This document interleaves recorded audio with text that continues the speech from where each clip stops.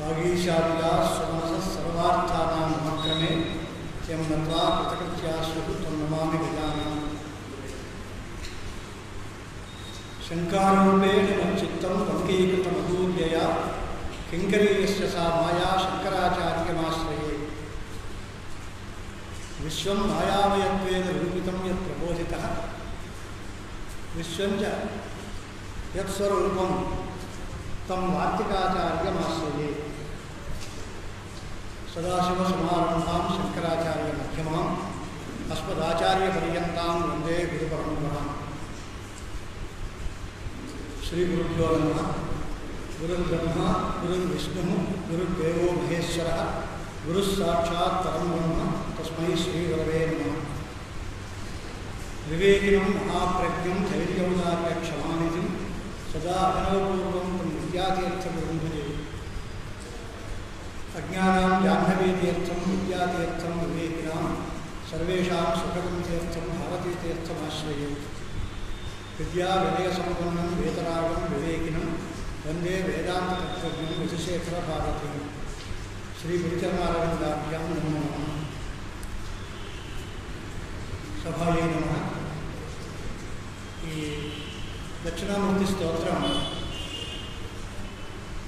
అల్ప శరీరం, అంటే సుమారు 10 శ్లోకాలు, అంతకంటే ఎక్కువ లేవు. కానీ సమస్త వేదాంత సిద్ధాంతము దానిలోనే ఉంది. పరిపూర్ణమైనటువంటి వేదాంత శాస్త్రం అంతా చదువుకుంటే ఏ లాభం వస్తుందో ఆ లాభాన్ని మనం ఈ తక్కువ ప్రయత్నంతో పొందగలం అనేటువంటిది మన పెద్దల దగ్గర నుంచి వస్తున్న అనుభవం. దీనికి చాలామంది వ్యాఖ్యానాలు రాశారు. దక్షిణామూర్తి స్తోత్రం ఆదిశంకర భగవత్పాదాచార్యుల వారు మనకు అనుగ్రహించిన వరం. శంకర భగవత్పాదుల వారు రాసినటువంటి స్తోత్రాలు చాలా ఉన్నాయి. దాంట్లో దక్షిణామూర్తి స్తోత్రం అనేది ఒక ప్రత్యేకతని సంతరించుకున్నటువంటి విషయం. దానికి బంగారానికి వాసన అద్దినట్టుగా ఆదిశంకరుల యొక్క ప్రతికక్షి, ఆదిశంకరులతో వాదం చేసిన మనిషి, ఆదిశంకరుల మెప్పు పొందిన వ్యక్తి, వారి శిష్యుల్లో అగ్రేసులైనటువంటి సురేశ్వరాచార్యుల వారు మానసోల్లాసం అని గొప్ప వ్యాఖ్యానం రాశారు.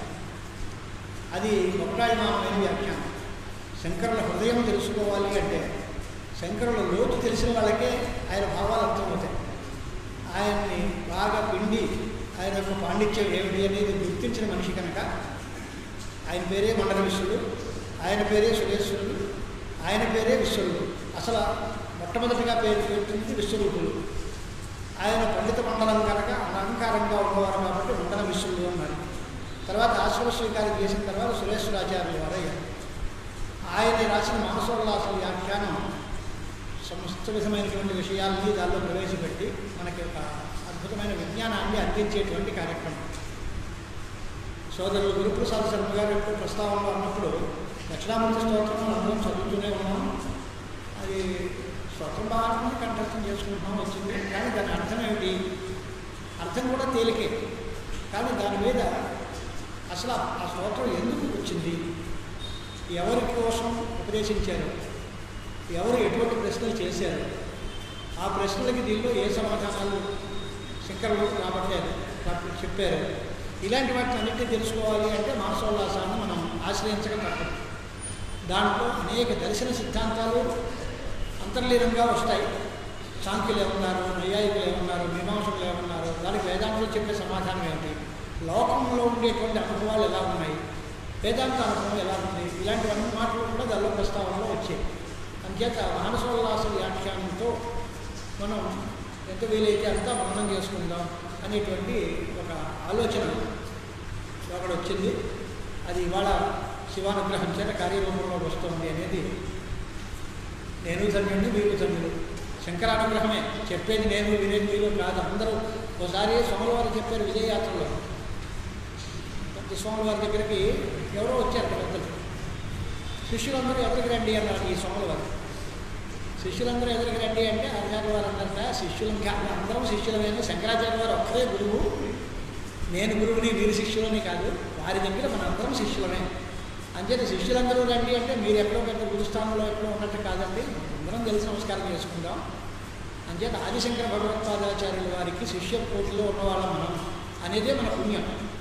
ఆచార్య శంకరాచార్య సంతు జన్మని జన్మని అని ఎన్ని జన్మలు ఎత్తినా మాకు శంకర భగవత్పాదులే గురువులు కావాలి అనేది మన ప్రార్థన. అలాంటి శంకరాచార్యుల వారు రాసినటువంటి వాంగ్మయం ఎంత అపురూపంగా ఉంటుందో, దానికి సురేశ్వరుల వ్యాఖ్యానం కూడా చూసుకున్నట్లయితే ఇంకా అందంగా ఉంటుందో అనేది మనం మననం చేసుకోవడం మన ప్రస్తావనలో కార్యక్రమం. వేదాంత శాస్త్రం ప్రవచనాలు పాఠ పద్ధతుల్లో కూడా ఇద్దరూ కలిసి గురువందనం చేస్తారు. గురువుగారికి శిష్యులు కాళ్ళ మీద పడడం సహజం, కానీ అలా కాదు. గురు శిష్యులు ఇద్దరూ కలిసి దక్షిణామూర్తికి నమస్కారం చేసుకుని, స్వామి మీ సన్నిధానంలో మీ అనుజ్ఞతో మీ ఆశీస్సులతో మేము చింతన చేస్తున్నాము, మాకు ఏదైనా కాస్త 4 బుక్కులు వచ్చేట్లాగా అనుగ్రహించండి అనేటువంటి మనసులో వినయంతో చేయాల్సిన పని. అంటే ముందు దక్షిణామూర్తి స్వామి వారినే మనసారా భావిస్తూ వారి కృప ఉంటే మనకి ఏదైనా దానిలో ఉన్న విషయం అర్థమవుతుంది. అంత వినయంతో చదువుకోవాల్సిన పుస్తకం తప్ప ఏదో మామూలుగా నేను చెప్పేస్తాను, ఏదైనా చెప్పగలం అనేటువంటి అహంకారం కానీ, ఏదైనా చెప్పచ్చు అనేటువంటి చులకనతనం కానీ ఇక్కడ విషయంలో పనికిరాదు. వేదాంత విద్య అనేది కేవలం గురుకటాక్షం ఉంటేనే వస్తుంది, లేకపోతే రాదు. ఈశ్వరానుగ్రహాలే పుంసాం అద్వైత వాసన అని ఈశ్వరానుగ్రహం ఉండాలి, గురుకటాక్షం ఉండాలి. ఇంకైతే ఈ దక్షిణామూర్తి స్తోత్రం ఒకటి మనందరికీ తెలుసు. తస్మై శ్రీ గురుమూర్తయే నమైదం శ్రీ దక్షిణామూర్తయే. దానికి కూడా అందమైన వ్యాఖ్యానాలు వారు చేశారు. ఇప్పుడు మనం చేసుకునే గ్రంథంలో 2 భాగాలు. ఒకటి ఒక యతీశ్వరుడు, ఆయన చాలా సరళంగా ఈ వ్యాఖ్యానం శ్లోకాలకు అర్థాలన్నీ మనకి చెప్పారు.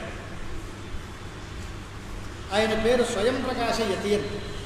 ఆ స్వయం ప్రకాశ యతి అనేటువంటి రాసినటువంటి వ్యాఖ్యానంతో ఈ శ్లోకాలు అంటే 10 శ్లోకాలు కలిపి 1 రోజు తప్పితే 2 రోజుల్లో చెప్పేసుకోవచ్చు. అది చాలా సంక్షిప్త సుందరంగా ఆయన ఈ శ్లోకాలన్నింటికి వ్యాఖ్యానం చేశారు. కానీ మానసోల్లాసం అనేది అంత తేలిక వ్యవహారం కాదు. ఆయన స్థాయి, అది సురేశ్వరుడు స్థాయి కనుక ఆయన దీని మీద అనేక విషయాలని చొప్పించి దాని మీద విచారణ చేసి ప్రస్తావన చేశారు. అంచేత ముందు మనం ఏం చేద్దామంటే ఒక శ్లోకానికి స్వయం ప్రకాశ యతీంద్రులు చెప్పిన సరళ వ్యాఖ్యానం ఏంటి, ఆ శ్లోకానికి అర్థం ముందు చూసుకుని తర్వాత సురేశ్వరాచార్యుల వారు దాని మీద ఏమి కుస్తీలు పట్టారు అనేది మనం చూసుకుంటే మన మనస్సుకు బాగా తెలియడానికి అవకాశం ఉంటుంది. ఆరంభంలో అందరం ప్రార్థన చేసేటువంటి శ్లోకం అది దక్షిణామూర్తి స్తోత్రాంతర్గతం కాదు, శ్లోకం ప్రార్థన శ్లోకం మాత్రమే. మౌన వ్యాఖ్య ప్రకటిత పరబ్రహ్మతత్వం యువానం వరిశిష్టాంతే వసకృషిగణైరావృతం బ్రహ్మనిష్టై ఆచార్యేంద్రం కరకలత జిన్ముద్రమానం మృత్యుం స్వాత్మారామం విదుతవదనం దక్షిణామూర్తిమీడే శివాయ గురవే నమః. అన్నగారు వచ్చారు. ఇంకా మీకోసం ఇంతవరకు మెల్లిగా కాస్త ప్రస్తావన చేశాం. విశ్వం దర్పణ విశ్యమాన నగరీతుల్యం నిజాంతర్గతం పశ్యన్నాత్మని మాయయా బహిరిపోద్భూతం యథామిత్రయా యస్సాక్షాత్ కురుతే ప్రబోధ సమయే స్వాత్మానమేవాద్వయం తస్మై శ్రీ గురుమూర్తయే నమ ఇదం శ్రీ దక్షిణామూర్తయే. మొదటి శ్లోకం. ధనుర్మాస కార్యక్రమాలు అన్నారు. ధనుర్మాసం అంటే తిరుప్పావే, సుప్రభాతం కూడా మానేసి తిరుప్పావే ప్రార్థనలు చేసేటువంటి ఒక మంచి అలవాటు చేశారు మన వాళ్ళు. వెంకటేశ్వర స్వామి గారికి కూడా ఈ నెలల పాటు తిరుప్పావైతో పాసురాలతోటే సుప్రభాతం చెప్తారు, సుప్రభాత సేవలు రద్దు అన్నారు. అంటే అంత ప్రసిద్ధి పొందింది తిరుప్పావై. ఆ మాసంలో ఉన్నాము. మీరేమో ఇంకా శివుడు దక్షిణామూర్తి అంటున్నారు ఏంటండి అనుకునే వాళ్ళు ఉండొచ్చు. మాకు హరిహర అద్వైతం, మాకు హరులు వేదమే లేదు, అంతా ఒకటే. శుద్ధ చైతన్య స్వరూపమైనటువంటి ఆ పరతత్వాన్ని మనం భావన చేస్తున్నాం తప్ప ఆయన విష్ణువు అన్నా మనకి ఇబ్బంది లేదు, శివుడన్నా ఇబ్బంది లేదు. నామరూపాలన్నీ కల్పితాలు, చైతన్యం ఒకటే శాశ్వతం. అంటే ఆ దక్షిణామూర్తి తత్వాన్ని భావన చేస్తూ ఉన్నప్పుడు ఈ స్తోత్రం మనకి పెద్ద సాధనంగా ఉంది. తత్వాన్ని తెలుసుకోవడం కోసం ప్రధానంగా దానికి భూమికి రాస్తారు సోముల వారు. చాలా అద్భుతమైనటువంటి ఒక అవతారికతోటి గ్రంథం ఆరంభిస్తున్నారు. ఏకలు సర్వజ్ఞ భగవాన్ భాష్యకార అని ఎత్తుకున్నారు. భగవాన్ భాష్యకార అనే దానికి శంకరాచార్యుల వారు అని అర్థం. శంకర భగవత్పాదుల వారే భాష్యకారుడు, ఆయనే శంకర భగవత్పాదులు, ఆయనే భగవంతుడు అనేటువంటి మాటలో ఆయన్ని వర్ణిస్తూ చెప్తున్నారు. లోకానుగ్రహైక ప్రయోజన కృత శరీర పరిగ్రహ సకల వేదాంత దుగ్ధాబ్ధే న్యాయమంతరేణ విచార నిర్మంథనాత్ ఆవిర్భూత అద్వైతామృతస్య విన్యాస కలశభూతం శ్రీ దక్షిణామూర్తి స్తోత్రం సకలలోక అనుతిపృక్షయ భోగృజీవ భోగ్య జగత్ భోగప్రద పరమేశ్వర మోక్షప్రాద గురు అత్యంత అభేదబోధకం సకృత్పాఠశ్రవణ అర్థ మననాదిమాత్రేణ పరమపురుషార్థ ప్రాపకం ఆరభమాణ తస్య వేదాంత సారభూత నవనీత పిండాత్మకత్వేన తదీయ విషయాధిపదేవ తద్వత్తాసిద్ధ్యం అభిప్రేత్య ఆదౌ ప్రతీచ సకల జగదధిష్టానత్వేన పరమేశ్వరతాం వంశయం దక్షిణాశామకం పరమేశ్వరం మనసా పూజయతి విశ్వమితి. ఈ ఒక్క అవతారిక మనస్సులో పెట్టి భావన చేస్తే వారు ఏం చెప్పారు అనేది భావన చేస్తే ఈ స్తోత్రం ఎంత బరువైందో మనకు తెలుస్తుంది. భాష్యకారుడు సర్వలోకాలని అనుగ్రహించాలి అనేటువంటి కోరికతో అవతరించారు. కృత శరీర పరిగ్రహ. ఆయనకి జన్మే లేని వాడికి జన్మ ఎందుకు, ఆయన మనిషిగా పుట్టడం ఎందుకు, సన్యాసం స్వీకరించడం ఎందుకు, ఇవన్నీ ఎందుకు అంటే లోకానుగ్రహం కోసమే కైలాసపతి అయిన పరమశివుడు శంకర భగవత్పాదులుగా అవతరించారు. చేసిన పని ఏంటి అంటే సమస్త వేదాంతములు అంటే ఉపనిషత్తులు అనేటువంటివి ఒక పాల సముద్రం అయితే దానిలో మందరపర్వతాన్ని పెట్టి చిలికారండి. మందరపర్వతం ఏది అంటే న్యాయమందరం. న్యాయం అంటే తర్కం కానీ మీమాంస కానీ రెండింటికి న్యాయం అనే పేరుంది. వేదార్థ నిర్ణయం చేయాలి అంటే అనాది మీమాంసా పరిశోధిత తర్కై అర్థావధారణం అంటారు. మీమాంస తర్కశాస్త్రం రెండూ బలంగా ఉంటేనే వేదార్థ నిర్ణయం వస్తుంది, లేకపోతే వేదార్థం తెలియదు. అంచేత ఒక బాలసముద్రాన్ని చిలికారు భాష్యకారులు. బాలసముద్రం ఏమిటది అంటే సమస్త వేదాంతములు ఉపనిషత్ వాక్యములు అన్నీ ఒక బాలసముద్రంగా పోల్చితే దానిలో న్యాయమందిరంతో విచారం చేశారు. ఈ విచారమే మథనం అన్నమాట. సముద్ర మథనం లాంటిది వేదాంత విచారం. దానిలోంచి ఒక అమృతం పుట్టిందండి. ఏమిటది అంటే అద్వైత సిద్ధాంతం. ఈ అద్వైతం అనేటువంటిదే అమృతం. మందర పర్వతం ఏది అంటే న్యాయశాస్త్రం. చిలకడం ఏది అంటే విచారం, వేదాంత విచారం. ఉపనిషత్తు విచారం చేత అద్వైతం సిద్ధిస్తుంది. ఉపనిషత్తులు చదువుకుంటే దీనివల్ల ద్వైతం వచ్చిందండి అంటే సరిగ్గా మథనం చేయలేదు అని అర్థం అన్నమాట. ద్వైతం చదువుకోవడానికి ఉపనిషత్తులు ఎందుకు? లోకంలోనే మనకి ద్వైతం ప్రత్యక్షంగా కనిపిస్తుంది. కానీ వాస్తవమైన ఉపనిషత్ సిద్ధాంతం ఏది అని అంటే అద్వైతమే పరమ సిద్ధాంతం కనుక సర్వోపనిషత్తులకి కూడా అద్వైతం ఉంటే పరమ తాత్పర్యము అనేటువంటి మాటతో ఆ అద్వైత అమృతం దానిలోంచి బయటకు వచ్చింది. దాన్ని ఓ చోట ఎక్కడో చెంబులోనో కలశంలోనో స్థాపన చేయాలి కదా. ఎక్కడ పెట్టుకుంటారు? ఆ పుట్టిన అద్వైత అమృతాన్ని ఈ దక్షిణామూర్తి స్తోత్రం అనేటువంటి ఒక బంగారు కలశంలో స్థాపన చేశారు.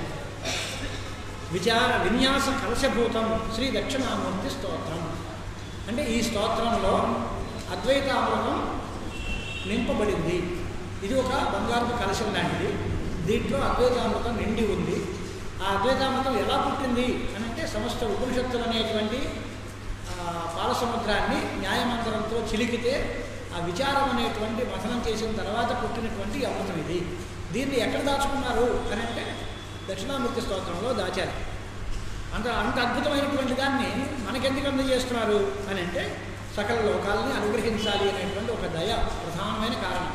అవ్యాజ కరుణామూర్తికి అని ఆయన పేరు. అవ్యాజమైన కరుణ స్వాముల వారికి. అంచేతనే శృతి స్మృతి పురాణాలయం ఆలయం కరుణాలయం నమామి భగవత్పాద శంకరం లోకశంకరం అని శంకరాచార్యుల వారు లోకానికంతటికీ శుభాన్ని చేసేవారు. ఆయన కరుణకి నిలయం, కరుణా సముద్రుడు. కాబట్టే వీళ్ళందరి కోసం ఈ స్తోత్రాన్ని మనకు అందిస్తున్నారు. దీనిలో ఏమనుంది అని అంటే ఈ స్తోత్రం ఏం చేస్తుంది మనకి అనేదానికి సమాధానం చెప్పారు ఆయన. భోక్తృ జీవ భోగ్య జగత్ భోగప్రద పరమేశ్వర మోక్షప్రద గురువునా 4 విషయాలు. భోక్త అయినవాడు జీవుడు, భోగ్యమైనటువంటిది ప్రపంచజాతం. మన జీవులందరం ఈ భోగ్య వస్తువులన్నింటినీ అనుభవిస్తున్నాం కనుక జగత్తు భోగ్య వస్తువులో ఉంది. భోక్త అయినవాడు జీవుడు. ఈ భోగప్రదులు ఎవరు? భోగాన్ని మనకి ఇచ్చేవాడు ఎవరు అంటే పరమాత్మ. ఉపలక్షాలు ఫలప్రదాలమైన సామర్థ్యం కలిగిన వాడు పరమాత్మ. మరి మోక్షాన్ని ఇచ్చేవాడు ఎవరు అని అంటే గురువు. ఈ 4 వేరువేరా ఒకటేనా? భోక్త అయిన జీవుడు, భోగ్యమైన జగత్తు, భోగప్రదమైన పరమేశ్వరుడు, మోక్షప్రదాత అయిన గురువు, ఈ 4 అన్నాంకాలు వస్తుతగా ఈ 4 ఒకటే. అయితే అత్యంత అభేదబోధకం అని అది దక్షిణామూర్తి స్తోత్రం. అంటే జీవుడు వేరు జగత్తు వేరు కాదు, గురువు వేరు ఈశ్వరుడు వేరు కాదు. గురువు ఈశ్వరుడు జీవుడు అంతా ఒకటే. వార్తికాచార్యుల వారు సురేశ్వరాచార్యుల వారు రాసిన శ్లోకం చాలా జగత్ప్రసిద్ధమైన శ్లోకం. ఈశ్వరో గురు ఆత్మేతి మూర్తిభేద విభాగిని వ్యోమవత్ వ్యాప్తదేహాయ దక్షిణామూర్తయే నమః అని సురేశ్వరుల శ్లోకం. అంటే ఈశ్వరుడు వేరు, గురువు వేరు, నేను వేరు అనుకుంటే అద్వైతం అంటబట్టినవాడు కాదు. అంచేత గురుమూర్తయే నమ ఇదం దక్షిణామూర్తయే, గురుమూర్తిగానే ఉన్న దక్షిణామూర్తికి నమస్కారం. గురువు వేరు, దక్షిణామూర్తి వేరు కాదు. గురువు దక్షిణామూర్తి ఒకటే, ఆయన నేను ఒకటే. నేను అనుభవించే భోగ్యమైన జగత్తు వేరేగా లేదు, నేనే. సర్వం ఖల్విదం బ్రహ్మ ఆత్మైవేదం సర్వం అనేటువంటి వేదాంత సిద్ధాంతమే ఈ స్తోత్రంలో బాగా తలచి పరిశీలించబడి మనకి చెప్పబడింది అని. ఇదంతా ఎందుకు, ఎవరికి అనేది మాట చెప్పారు, ఏం చెప్పారు అనేదానికి చెప్పారు, ఐక్యం చెప్పారు. చెప్తే వచ్చే లాభం ఏమిటి అంటే సకృత్ పాఠ శ్రవణ అర్థమననాది మాత్రేణ పరమపురుషార్థ ప్రాపకం అని దీని ప్రయోజనం చెప్పారు. ఒక్కసారి విన్నా, ఒక్కసారి చదివినా, ఒకసారి అర్థమననం చేసినా పరమపురుషార్థమైన మోక్షం మనకు లభిస్తుంది. అంత గొప్ప ప్రయోజనం కలిగినటువంటి ఈ స్తోత్రాన్ని ఆరంభిస్తూ, అది వేదాంత సారభూతమైనటువంటి విషయం కనుక దానివల్లనే మన సిద్ధాంతాలన్నీ తెలియాలి. దానికోసమే స్తోత్రం చేయడానికి పరమాశ్వరుడు దక్షిణామూర్తి రూపంలో ఉండే పరమశివుణ్ణి మనస్సారా ధ్యానం చేస్తూ ప్రతీచ సకల జగదధిష్టానత్వేన పరమేశ్వరతాం దర్శయం. ఆ పరమాత్మ ఎవరు అంటే సమస్త జగత్తులకి అధిష్టానమైన వాడు, ఆత్మతత్వము అని చెబుతూ ఆయన్ని స్తోత్రం చేస్తున్నారు. ఈ అవతారికా గ్రంథంలోనే మనకి ఈ శ్లోకం యొక్క బరువు అంతా పూర్తిగా ఆయన చెప్పారు. ప్రకాశాత్మ యతీంద్రుల వారి అవతారిక. మళ్ళీ నేను మనం చెప్పిందే చెప్పి మళ్ళీ ఎందుకు అనవసరం కనుక విషయాంతో మీరందరూ ఇదివరకు నుంచి వేదాంత గ్రంథాలు విని ఉన్నవారు కాబట్టి కొంత విషయం అందిస్తే మీకు తెలుస్తుంది అనే ఉద్దేశంతో రిపిటేషన్స్ పునరుక్తులు లేకుండానే సాధ్యానికి విషయం సరళమైన భాషలో అందించడానికి ప్రయత్నం చేస్తాం. శ్లోకం విశ్వం దర్పణ దృశ్యమాన నగరీతుల్యం నిజాంతర్గతం పశ్యన్ ఆత్మని మాయయా బహిరివోద్భూతం యథా నిద్రయ సాక్షాత్కృతే ప్రబోధ సమయే స్వాత్మానమేవ అద్వయం తస్మై శ్రీ గురుమూర్తయే నవైదం శ్రీ దక్షిణామూర్తయే అనేటువంటిది శ్లోకం. మీకు తెలిసిన మాట. శ్లోకానికి అర్థం చెప్పాలి అంటే దానిలో పదాలకు అర్థం ముందు తెలుసుకోవాలి. విశ్వం అనే మాటకి అర్థం ఏమిటి? విశ్వం అంటే సమస్త జగత్తు అని అర్థం. ఎందువల్ల అయింది అంటే వివిధ ప్రత్యజగమ్యం వియదాది సర్వమిదం జగత్ అని రాస్తారు. అంటే అనేక రకాలైన జ్ఞానములతో గుర్తింపబడేటువంటి ఆకాశం మొదలుగా కలిగినటువంటి ఈ సమస్త ప్రపంచము కూడా నిజాంతర్గతం, తనయందే ఉన్నటువంటి దానిగా, అంత మన నిజమైన అంటే స్వీయమైన మధ్యలో, తన మధ్యలోనే ఉన్నట్టుగా భావన చేస్తూ, అంటే ప్రత్యక్ష స్వరూపంలోనే ఈ ప్రపంచం అంతా ఉంది, జగత్తు వేరేగా లేదు, పరమాత్మే అనేటువంటి భావం ఉంది. దానికి ఉదాహరణ ఎలాగా అని అంటే దానికి దృష్టాంతం ఏమిటి అంటే దర్పణ దృశ్యమాన నగరీతుల్యం అనేటువంటి మాట చేశారు. పోలిక. ఓ అద్దం పెట్టాము, అద్దంలో పైన ఉండేటువంటి వస్తువులన్నీ దానిలో ప్రతిఫలించాయి. దర్పణంలో ఒక నగరి యొక్క రూపం కనపడింది. దర్పణంలో ఉండేటువంటి నగరి శాశ్వతమైనదా కాదా అంటే కేవలం చూడబడుతోంది. ఉందా లేదా అంటే ఉంది, కానీ నిజమా కాదా అంటే కాదు. అలాగే అనేక విధమైనటువంటి భేదాలతో కూడినటువంటి దర్పణ దృశ్యమాన నగరి ఎంత వాస్తవం కాదో అలాగే మనలో కనపడేటువంటి జగత్తు కూడా వాస్తవం కాదు. ఉదాహరణ, స్వప్నంలో మనం అనేక వస్తువులు చూస్తాం. అవి నిజము అనేటువంటి ఆలోచన మనకి ఎవరికీ లేదు. స్వప్నంలో చూసిన వస్తువులు నిజం కానప్పుడు జాగ్రత్త దశలో చూసి అనుభవించేటువంటి విషయాలు మాత్రం నిజమని ఎలా అనుకుంటున్నారు మీరు? స్వప్న దృష్టాంతంతో జాగ్రత్త దశలో కూడా విశ్వమిథ్యాత్వాన్ని సాధిస్తాం. జాగ్రత్త ప్రపంచం కూడా మిథ్యాభూతమే.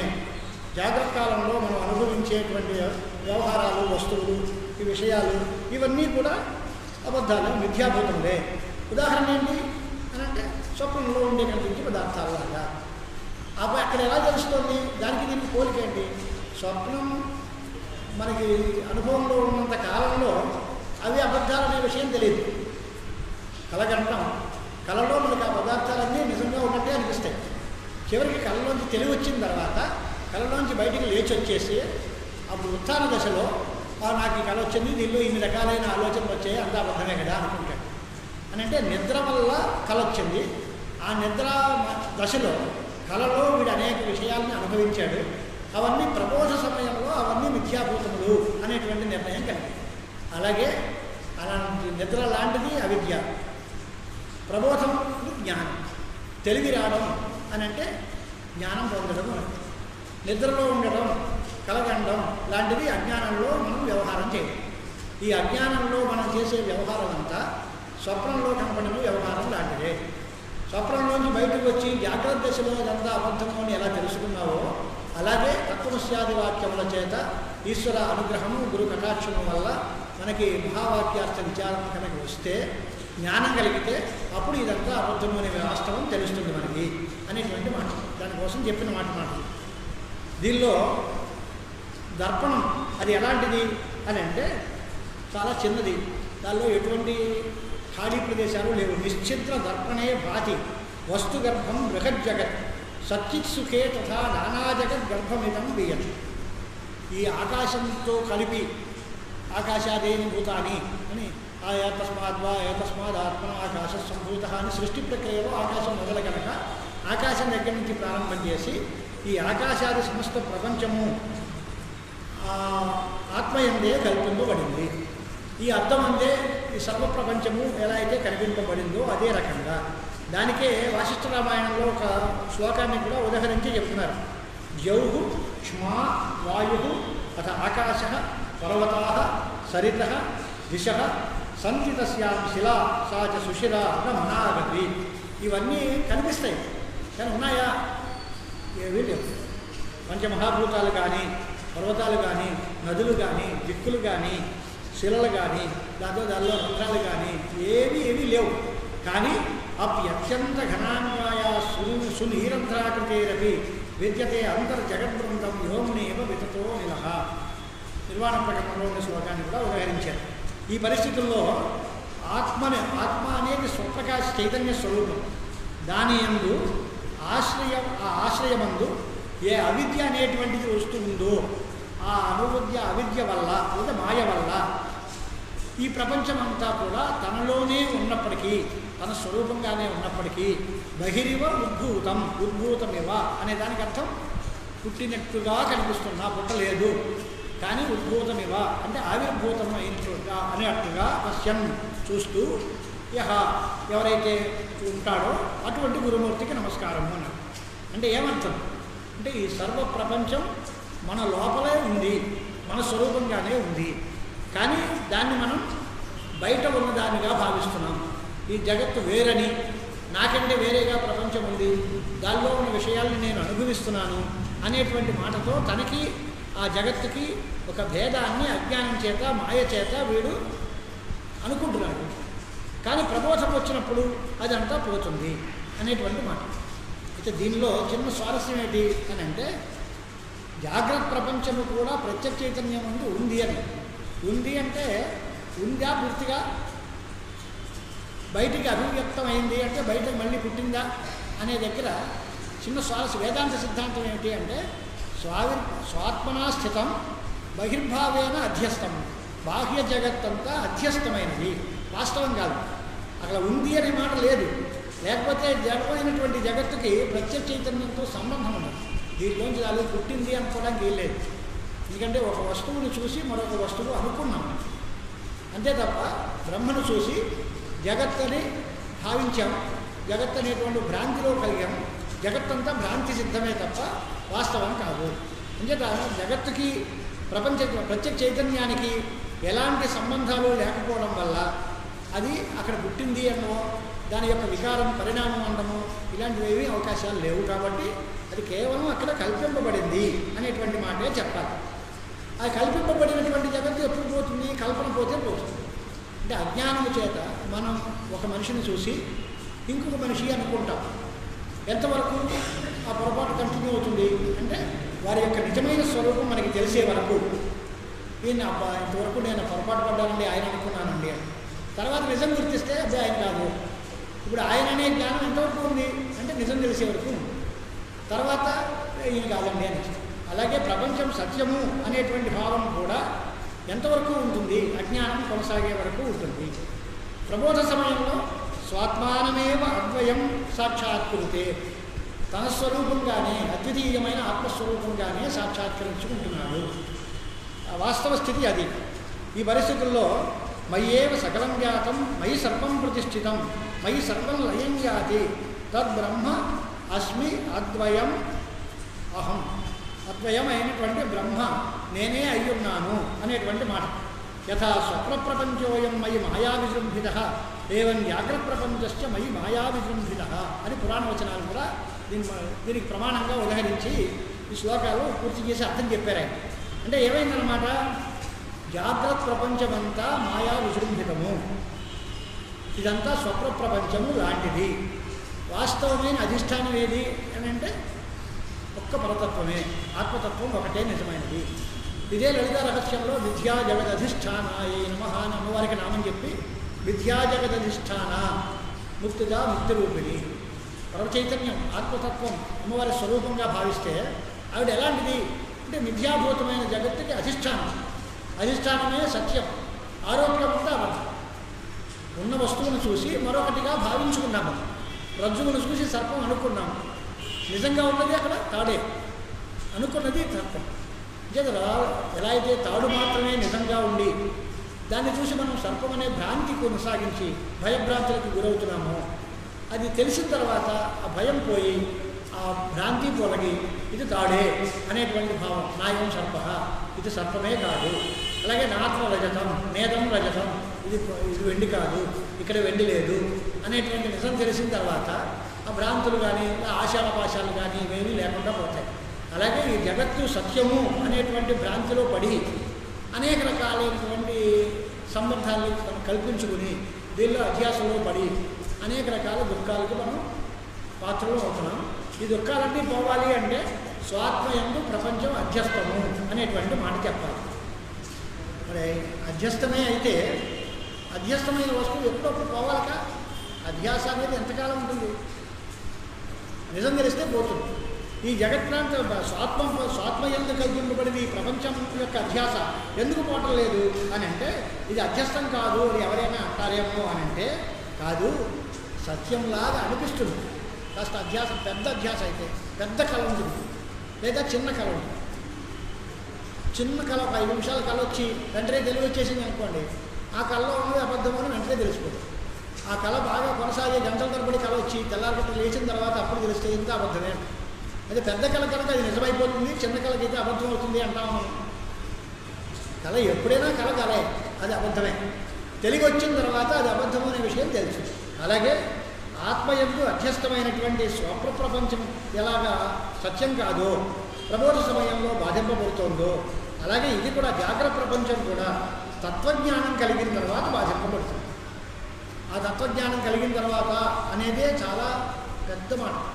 మనకి ఈ లౌకిక ప్రపంచంలో మనం జీవించినంతకాలం, ఈ బహిర్ముఖమైన వ్యాసంగాలు చేస్తున్నంతకాలం, కోరికలతో సతమతమైపోయినంతకాలం, నేను చేస్తున్నాను అని గర్వం అహంకారం వచ్చి ఉన్నంతకాలం, నాకు ఇన్ని ఫలాలు కావాలి అనుకున్నంతకాలం మనకి తత్వజ్ఞానం వంటబట్టేది కాదు.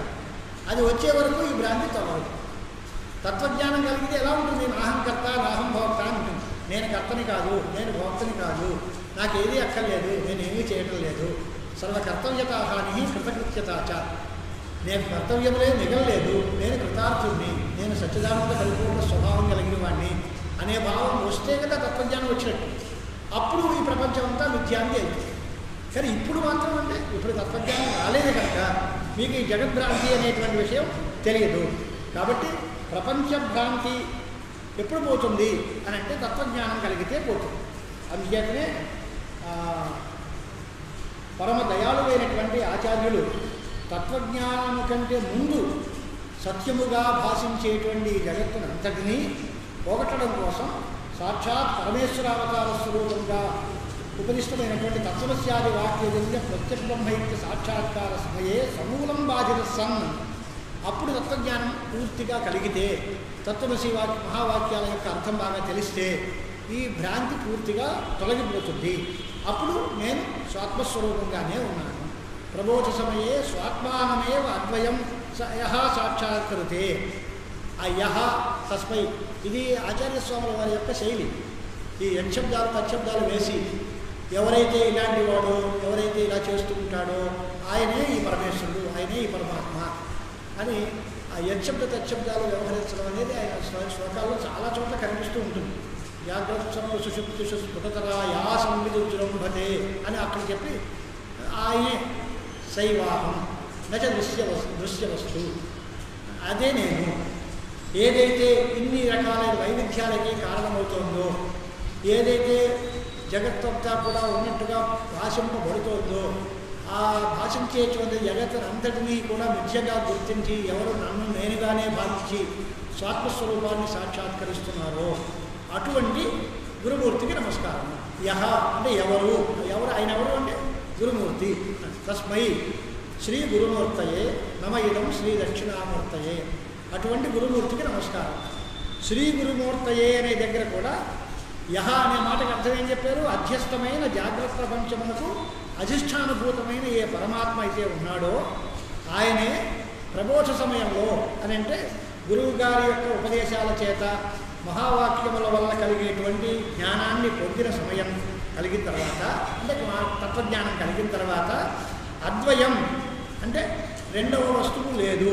వస్తువులను అనను అహరస్సు అమగ్యం కొన్ని ఆత్మస్వరూపాన్ని చెప్పే ఉపనిషత్ వాక్యాలన్నీ ఉన్నాయి. రెండవ వస్తువు లేదు. సర్వప్రపంచము సమూలము బాధింపబడిపోతే రెండవ వస్తువు ఆకాశం దగ్గర నుంచి ఆకాశం కానీ తదాదిగా కలిగిన సమర ప్రపంచము కానీ ఏమీ లేకుండా స్వాత్మానమేవ తన ఒక్కటే ఏకమేవ అద్వితీయం బ్రహ్మ నేహనానాస్తి కించన, తానే తనకంటే రెండో వస్తువు లేదు. సజాతీయం కానీ విజాతీయం కానీ లేదా స్వగతం కానీ అయిన భేదాలు ఏమీ లేకుండా సమస్త భేదములు తొలగిపోయినటువంటి పూర్తిగా ఆత్మస్వరూపంగానే ఎవరైతే గుర్తిస్తారో, అంటే అధిష్టానభూతమైన బ్రహ్మగానే సచ్చిదానంద స్వరూపంగానే ఎవరైతే గుర్తిస్తారో సాక్షాత్కరించుకుంటాడో, అంటే సచ్చిదానంద స్వరూపమైన బ్రహ్మమే నేను అని ఎవరైతే జ్ఞానాన్ని పొందుతారో సాక్షాత్కారాన్ని పొందుతారో వారికి నమస్కారం చేస్తున్నాను. అదెవరు చెప్పారు అని అంటే యత్రస్య సర్వం ఆత్మైవాభూ తత్కేన కంపస్యేదని బృహదారణ్యోపనిషత్తులో సర్వం ఆత్మైవ, వేరేగా లేదు. దృశ్యము అంటే రెండు లేవు, దృశ్య వివేకం లేదు. దృక్కు వేరు దృశ్యం వేరు, చూసేవాడు చూడబడేది రెండు మాటలు లేవు, అంతా ఒకటే అనేటువంటి భావంతో ఈ సర్వప్రపంచము నేనే నా స్వరూపమే అనేటువంటి పరిపూర్ణమైనటువంటి సాక్షాత్కారం. ఆ పాఠం కూడా చాలా అందమైన మాట. జ్ఞానం పరోక్ష జ్ఞానం వేరు, అదంతా ఒకటే ఎలా అంటే కుదరదు. అది నేనే సాక్షాత్కారం పొందాలి, అపరోక్ష అనుభూతి, సాక్షాత్కారము అనుభవం.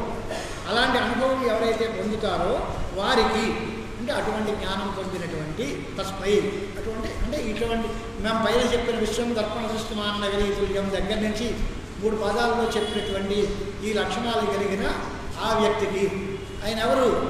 గురుమూర్తయే, శ్రీ గురుమూర్తయే. శ్రీ గురువు అంటే సాక్షాత్కృతమైనటువంటి బ్రహ్మతత్వం కలిగిన వారు, త్రివిధ పరిచ్ఛేదాలు లేనివాడు, జ్ఞానోపదేష్ట అయినటువంటి గురుమూర్తి. ఆయనకి నమస్కారం. ఏంటంటే ఆయనకి చేస్తున్నారా నమస్కారం, దక్షిణామూర్తికి చేస్తున్నారా? ఆయన వేరు ఈయన వేరు కాదయ్యా. గురుమూర్తయే దక్షిణామూర్తయే. గురోహ మూర్తిరివ మూర్తి యస్య సహ. ఆ గురువు యొక్క ఆకారమే ఆకారముగా గలవారు దక్షిణామూర్తి. అంటే గురువు వేరు దక్షిణామూర్తి వేరు కాదు. శ్రీ గురుమూర్తియే దక్షిణామూర్తి. గురుపద అంటే గురువే భారతీతీర్థ రూపిణం అంటారు. విద్యాతీర్థ రూపిణం, విద్యాతీర్థ రూపిణమైన పరమాత్మను, భారతీతీర్థ రూపమైన పరమాత్మను. అంటే మా పరమాత్మ మా గురువు రూపంలోనే మాకు దర్శనమిస్తున్నారు. గురువు వేరు పరమాత్మ వేరు కాదు అనేటువంటి భావంలో శ్రీ గురుమూర్తయే నమ ఇదం శ్రీ దక్షిణామూర్తయే అనేటువంటి దక్షిణామూర్తి అనే మాటకు అర్థం ఏంటి అంటే దక్షిణ దిక్కుకి అభిముఖంగా ఆశీనులై వారి ముఖం దక్షిణ దిక్కుగా ఉందట. దక్షిణాభిముఖమైనటువంటి మూర్తి విగ్రహం కలిగినటువంటి ఆయనకు నమస్కారం చేస్తున్నాను అని. దీనివల్ల ఏం తెలిసింది? జ్ఞానోపదేష్టయైన గురువే దక్షిణామూర్తి. దక్షిణామూర్తి వేరేగా ఎక్కడ ఉన్నారు, గురువుగారు వేరేగా ఉన్నారు అని కాదు, ఈయన రూపంలోనే దక్షిణామూర్తి ఉన్నారు. లేదా ఇంకొక మాట కూడా చెప్పుకోవచ్చు. శ్రీ గురుమూర్తయే అనే దగ్గర శ్రీ అంటే శ్రీమతి. ఏమిటది శ్రీమతి అంటే? సచ్చిదానంద ఆత్మిక గురువీ మూర్తి అనే మాట. గురుమూర్తి అంటే గురువు రూపంలో ఉన్న మూర్తి అని చెప్పుకున్న మొదటి వ్యాఖ్యానం. అలా కాకుండా వ్యాఖ్యాంతరం చేస్తున్నారు. గురువీ అంటే అతిమహత్తర మూర్తి స్వరూపం యస్య సహ శ్రీ గురుమూర్తయే. అంటే దక్షిణామూర్తి యొక్క రూపం స్వరూపం చాలా అతి మహత్తరమైనటువంటి రూపం. ఎందువల్ల? సచ్చిదానందాత్మకం. సత్యము, జ్ఞానము, సుఖము ఆయన స్వరూపం. అంత గొప్ప స్వరూపం కలిగినటువంటి దక్షిణామూర్తి గారికి నమస్కారము అనేటువంటి మాట చెప్పారు. లేదా ఇంకొక మాట ఏంటి అంటే శ్రీ గురు మూర్తయే అని కదా ఉంది. శ్రీ అనే దానికి ఒక సంపద ఏమిటది అంటే అచింత్యమైనటువంటి శక్తి కలిగిన మాయాశక్తి అని పేరు పెడదాం. అది శ్రీ శబ్దానికి అర్థం అని మరో వ్యాఖ్యానం. శ్రియా అనాది అచింత్య మాయాశక్త్యా దక్షిణ అంటే సృష్టిస్థిత్యంత విరచనా నిపుణశ్చ అసౌ పరమార్థత అమూర్తిశ్చ ఆకార విశేషరహిత దక్షిణామూర్తి అని వ్యాఖ్యానం. శ్రీ గురుమూర్తయే దక్షిణామూర్తయే. దక్షిణామూర్తి అంటే ఏమైనా ఆయన శ్రీ గురుమూర్తి దక్షిణామూర్తి. శ్రీతో పోయించినవాడు అంటే దక్షిణ శ్రీయా దక్షిణ మాయాశక్తి చేత అత్యంత సమర్థుడవుతున్నాడు. ఆయన వాస్తవంగా ఏమీ చేయడు. కర్తృత్వాదులు లేకుండా శుద్ధమైనటువంటి అసంఖ్యంగా ఉండేటువంటి ఆత్మచైతన్యం మాయా సంపర్కం వల్ల ఇంత విచిత్రమైనటువంటి వివిధ విశేషాలతో కూడినటువంటి జగత్తును తయారు చేయడానికి సమర్థులవుతున్నాడు. సృష్టి స్థితి లయం చేయడానికి ఆ విరచనా శక్తి నైపుణ్యం ఆయనకి ఎలా వచ్చింది అంటే శ్రీ వల్ల వచ్చింది, మాయాశక్తి సంపర్కం వల్ల వచ్చింది. ఆయన అప్పుడు దక్షిణుడు అవుతున్నాడు, కానీ వాస్తవంగా ఆ మూర్తి ఆకారమే లేదు ఆయనకి. అలాంటి దక్షిణామూర్తికి నమస్కారము. నమః అనే మాటకి అర్థం రహ్మీభావం అంటే వంగి వినయంగా చెప్పడం. పరమేశ్వరుడు ఎందు నన్ను సమర్పించుకోవడం. నేను వేరు, నేను నీ వాణ్ణి స్వామి, నేను నీ స్వరూపం, నీకు లొంగిపోయిన నీకు దాసుని నీ వాణ్ణి అనేటువంటి మాట. ఈ మాట శ్లోకంలో వేదాంత సారం అన్నాక మనం శ్లోకాన్ని ఏ వేదాంతం చెప్పారు మీరు? ఆయన నమస్కారం చేస్తున్నాను అన్నారు. దీనివల్ల వేదాంతం ప్రతి శ్లోకంలో చెప్తున్నారు వాయుర్ధావ సంపత్తో అని రఘువంశం చదివినా పార్వతీ పరమేశ్వరులకు నమస్కారం అనే విషయం తెలుస్తుందిగా. ఇప్పుడు దీనిలో వేదాంతం ఏమిటి అనే మాట అంటే అత్ర పూర్వార్థైన త్వంపదార్థ ఉక్త ఉత్తరార్థే శ్రీగురుమూర్తయే శ్రీదక్షిణామూర్తయే ఇది పదద్వయేన ముక్తిద్వయయుక్త తత్పదార్థ ఉక్త స్వాత్మానమేవాద్వయం ఇది పదద్వయ సామానాధికరణ్యేన యత్తశబ్దాభ్యాంచ ప్రత్యబ్రహ్మైక్యలక్షణ వాక్యార్థ ఉక్త. ఇది తత్వమసి వాక్యార్థాన్ని మొత్తం సరిపెట్టారు. త్వంపదార్థము పూర్వార్థంలో శ్లోకంలో మొదటి 2 పాదార్థములు చెప్పారు. ఉత్తరార్థంలో తత్పదార్థం చెప్పారు. స్వాత్మానమేవ అద్వయం 2 ఒకటే అనే మాట కూడా చెప్పారు. ఇదే కదా తత్వమసి వాక్యానికి అర్థం. తత్పదార్థం ఏదైతే ఉందో త్వంపదార్థమైన నీవు తత్పదార్థమైన పరమేశ్వరుడు ఒకటే, జీవుడు బ్రహ్మ కంటే వేరు కాదు అనేటువంటి ఐక్యం చెప్పడమే మహావాక్యం యొక్క ఉద్దేశం. మహావాక్యము అనే మాటకు అర్థమే అది. మహావాక్యం అంటే చాలా పెద్ద వాక్యం మహావాక్యం అనుకోవడం. చిన్న వాక్యం అయితే తక్కువ అల్పవాక్యం, పెద్ద వాక్యం అయితే బాణభట్టు కాదంబరిలో రాసిన గద్యలు అవన్నీ మహావాక్యాలని కాదు. ఐక్యబోధక వాక్యానికి మహావాక్యం అని పేరు. 2 వేరువేరుగా చెప్తే తీర్థానికి తీర్థం ప్రసాదానికి ప్రసాదం పెడితే మహావాక్యం కాదు. జీవస్వరూపాన్ని చెప్పే వాక్యాలు కొన్ని ఉంటాయి, పరమాత్మని బోధించే వాక్యాలు కొన్ని ఉంటాయి. అవి 2 వేరువేరుగా ఉన్నంతకాలం భేదమే ఉంటుంది.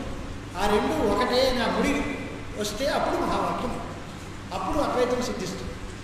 అలాగే ఇక్కడ కూడా మొట్టమొదటిలో తత్పదార్థం చెప్పి జాగ్రత్త ప్రపంచం తాలూకు స్వభావాలన్నీ త్వంపదార్థంలో చూపించి తత్పదార్థంలో సచ్చిదానంద స్వరూపమైన పరమాత్మ చెప్పి అది వేరు వేరు కాదయా స్వాత్మానమే అద్వయం, నాకంటే రెండోది కాదు, నేనే నా స్వరూపమే ఇది అనే ఐక్యం కూడా చెప్పారు. కనుక సమస్త వేదాంత సిద్ధాంతమైన అద్వితీయ ఆత్మతత్వం ప్రత్యబ్రహ్మైక్యం అనేది ఈ స్తోత్రంలో చెప్పబడింది అనేటువంటి మాట చెప్పారు. ఇప్పుడు శ్లోకానికి అర్థం మనకు పూర్తిగా అర్థమైనట్టే కదా. విశ్వం దర్పణ దృశ్యమాన నగరీతుల్యం నిజాంతర్గతం పశ్యన్ అంతవరకు. ఎక్కడ నిజాంతర్గతమైన దాన్ని బహిర్గోద్భూత యథా నిర్ణయ అంటే లోపల ప్రపంచమంతా తనలోనే ఉంది, కానీ బయట ఉన్నదిగా భావించాడు. దేనివల్ల? మాయ వల్ల. పోలికేంటి? స్వప్నంలో నిద్ర వల్ల అనేక విషయాలు చూసి అవన్నీ వేరువేరుగా ఉన్నాయని అనుకున్నవాడు కూడా తెలివి వచ్చిన తర్వాత అవన్నీ వేరేగా లేవు, అంతగా వేరేగా లేదు అని ఎలా తెలుసుకుంటాడో, అలాగే తత్వజ్ఞానం కలిగిన తర్వాత ఈ బాహ్య ప్రపంచమంతా నిజమైన ఉనికి గలది కాదు, అదంతా పరమాత్మ యందే అధ్యస్థమైనది, పరమాత్మ యందే కల్పింపబడింది, పరమాత్మ స్వరూపమే. నిజానికి ఉన్నది పరమాత్మత్వం ఒకటే, సచ్చిదానంద స్వరూపమైన పరమాత్మ ఒక్కటే ఉంది, అంతకంటే వేరే ప్రపంచం లేదు. భేదంలో నేను, మీరు, వారు, వీరు అని ఇవంతా కూడా అజ్ఞాన దశలో కల్పించబడింది. వాస్తవంగా నా స్థితి పరమాత్మ స్వరూపమే అనేటువంటి వేదాంత సిద్ధాంతం దీనిలో చెప్పబడింది. దీనికి శ్లోకాలకి అన్వయ ప్రకారం కూడా రాశారే. అది కొంచెం సాహిత్యం చదువుకున్న వాళ్ళకి రుచిగా ఉంటుంది కనుక ఆ వాక్యం చెప్పేసి శ్లోకానికి అర్థం చెప్పేటప్పుడు ఏ పదంతో స్టార్ట్ చేయాలి అంటే దర్పణ దృశ్యమాన నగరీతుల్యమైన నిజాంతర్గతమైన విశ్వమును నిద్రతో ఎవరైతే ఆత్మని మాయయా బహిర్భూతమే ఉపశ్యం అంటే తనయందే ఉండేటువంటి నిద్రతో వాడు విడిగా వేరేగా ఉద్భూతమైన జగత్తులాగా అంటే అన్నీ తయారైన వస్తువులుగా భావిస్తాడో ప్రబోధ సమయంలో అద్వయం స్వాత్మానమేవ సాక్షాత్కరితే తస్మై ఇదం నమః అని అన్వయ ప్రకారం రాశారు. ఇది శ్లోకం. ఇదే అర్థం ఈశ్వరుడు గురురాత్మేది మూర్తి రంగాగిని అని మానసోల్లాస శ్లోకంలో మనం వివరించుకుంటాం. ఈశ్వరుడు వేరు, గురువు వేరు, ఆత్మ వేరు అనేది కాదు, ఇదంతా కూడా ఒకటే తత్వము అనేటువంటిది. ఇది ప్రథమ శ్లోకానికి స్వయం ప్రకాశ యతీంద్రుడు ఇచ్చినటువంటి సంక్షిప్తమైన వివరణ అని. ఇక మానసోల్లాసంలోకి మనం ప్రవేశిస్తే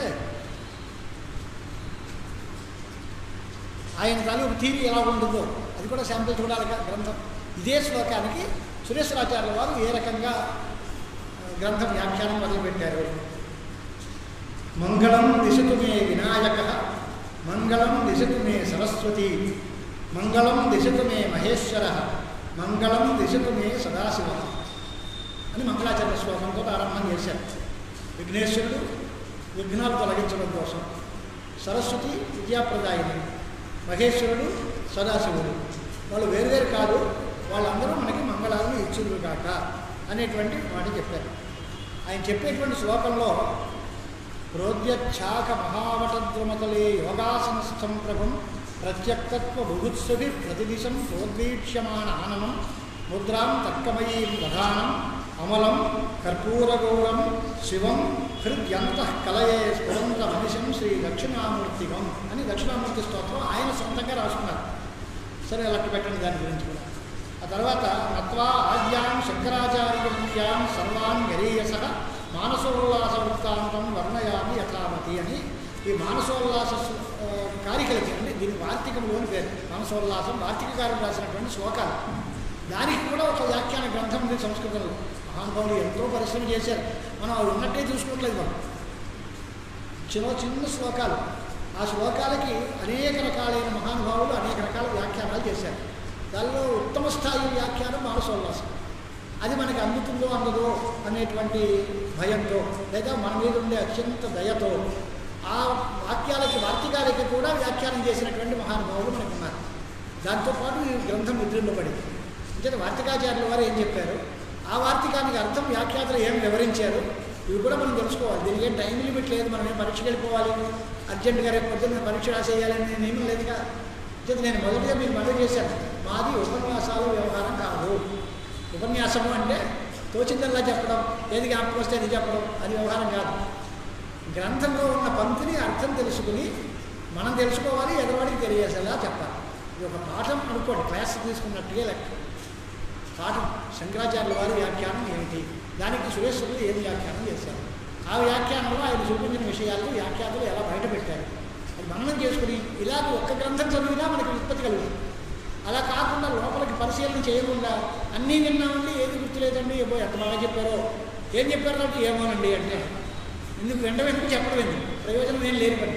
అంచేత ఆ స్వాముల వారు ఏం చెప్పారు అనేది మనం మాట్లాడుకుందాం. దీనికి అవతారిక కూడా ఒక మొదటి లైన్లో మాత్రం ఇవాళ భూమి సంస్కృతంలో మాట్లాడతాను, తర్వాత అంతా తెలుగులోనే వివరణ చేసుకుంటాను. ఇహ ఈ భగవాన్ భాష్యకార శ్రీమద్ శంకరాచార్య నామ మందమతీం తత్వజిజ్ఞాసూం అనుగ్రహీతం దక్షిణామూర్తి స్తోత్ర వ్యాజేన సమస్త వేదాంత రహస్యమావిష్యకార దశభిపద్యబంధై ఇది రాసిన మాట. అంటే ఆచార్యస్వాముల వారు శంకర భగవత్పాదాచార్యుల వారు మందమతులైనటువంటి తత్వజిజ్ఞాసులని అనుగ్రహించడం కోసం చాలా రెండు విశేషణాలు, చాలా తమాషైన విశేషణాలు. తత్వం తెలియాలి అనుకోవాలి, తత్వం తెలుసుకోగలిగిన వాడు బ్రహ్మ జిజ్ఞాస చేసిన వాళ్ళు సూత్రభాష్యాలు చదువుకుంటారు కదా, అంటే ఆ స్థాయి వాళ్ళకి కాదు. వీళ్ళు మందమతులు, కానీ మాకు తత్వం తెలియాలి అని కోరిక. వీళ్ళు అంత పెద్ద పని చేయలేరు, అసలు మానేస్తారా అంటే కాదు, మాకు నిజం తెలియాలి, తత్వం కావాలి అనుకునేటువంటి కోరిక, బలమైన కోరిక ఉంది. పెద్ద గ్రంథాలు, భాష్యాలు, ప్రస్థానత్రయాలను పరిశ్రమ చేసేటువంటి సామర్థ్యం లేదు. అలాంటి వాళ్ళని అనుగ్రహించడం కోసమే ఈ ప్రకరణ గ్రంథాలను అనుగ్రహించారు. స్తోత్రాలు కానీ లఘు ప్రకరణాలు కానీ ఆచార్యుల వారు రాయడానికి ఉద్దేశం ఏమిటి అంటే వాళ్ళకి నిజమైన కోరిక ఉందండి పాపం. వాళ్ళు చిన్నప్పటి నుంచి సంస్కృతము శాస్త్రాలు చదివిన వాళ్ళు కాదు. ఇప్పుడు వాళ్ళు బాగుపడ్డది ఎలాగా వాళ్ళ కోసమే ఈ చిన్న చిన్న స్థాయిలో ఉన్న ప్రకరణాలు లఘు అయినటువంటి స్తోత్రాలు ఇలాంటివన్నీ అనుగ్రహించారు. అంచేత సమస్త వేదాంత రహస్యం ఆవిష్కర దక్షిణామూర్తి స్తోత్రం అనే వ్యాజంతో ఇది ఒక మిష. చెప్పేదేంటి కేవలం దక్షిణామూర్తికి నమస్కారం అనడానికి ఇన్ని శ్లోకాలు అక్కర్లేదు, ఒక శ్లోకం చాలు. కానీ దీంట్లో సమస్త వేదాంతముల యొక్క రహస్యాన్ని చక్కగా 10 పద్యాల్లో మనకి అందించారు. దీనికి ప్రధాన ఉద్దేశం ఎవరు అంటే మందమతులైన తత్వ జిజ్ఞాసుల కోసం ఈ గ్రంథం ఆచార్యుల వారు మనకు అందించారు.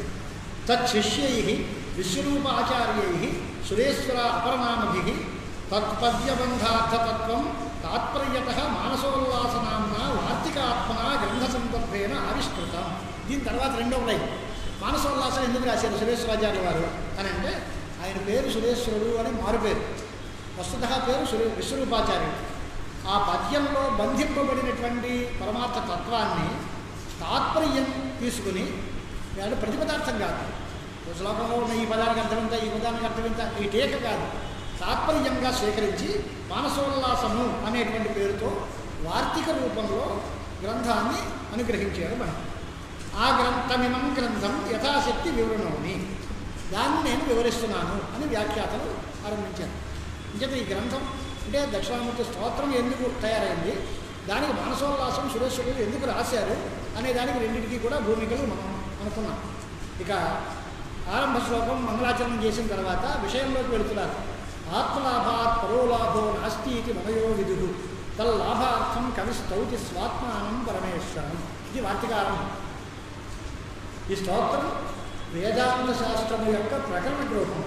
వేదాంత శాస్త్రము దాని యొక్క ప్రకరణం. శాస్త్రైక దేశ సంబద్ధం శాస్త్ర అంతర్గతము అయినటువంటి దాన్ని ప్రకరణము అని మాటతో తెలుస్తాం. శాస్త్ర ఏకదేశం, శాస్త్రంలో ఒక భాగం. శాస్త్రంలో చెప్పిన విషయమే ఇక్కడ కూడా చెప్పబడుతుంది. అంచేత శాస్త్రానికి ఏది విషయ ప్రయోజనాలు ఉంటాయో దీనికి కూడా అవే విషయ ప్రయోజనాలు. అద్వైత శాస్త్రానికి విషయం ఏది అని అంటే ప్రత్యబ్రహ్మైక్యం, జీవబ్రహ్మైక్యం విషయం.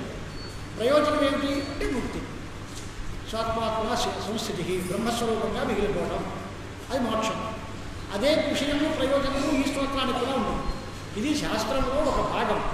తస్య శాస్త్రైక దేశ సంబద్ధత్వాది లక్షణత్వా తద్దర్శనాయ శాస్త్రీయే విషయ ప్రయోజనే తావదాహ.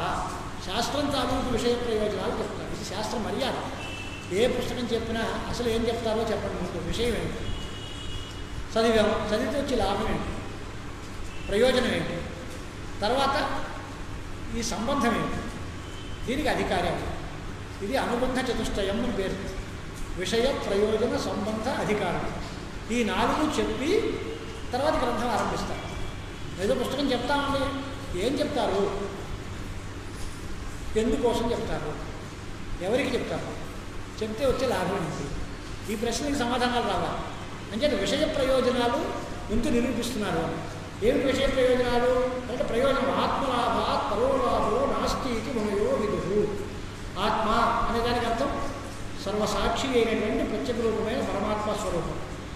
దానికి లాభము అనే మాటకు అర్థం ఏమిటి అని అంటే ఆత్మలాభము అంటే తెలుసుకోవడమే లాభం. అంటే బ్రహ్మరూపేణ అవగతికి ఆయనని బ్రహ్మను బ్రహ్మగా గుర్తించడమే. బ్రహ్మను పొందడం అంటే ఆయన గురించి కాకపోతే కదా, మన దగ్గర లేకపోతే పొందడం అనుకోవాలి. ఆత్మలాభము అనే మాటకు అర్థం ఏంటి, ఆత్మను పొందడం కాదు, ఆత్మను తెలుసుకోవటం. ఇంతకంటే గొప్ప లాభం లేదు అని మునీశ్వరుల అందరి యొక్క నిర్ణయం అంట. ఆత్మలాభాత్ పరోలాభో నాస్తి మనయో విదుహు.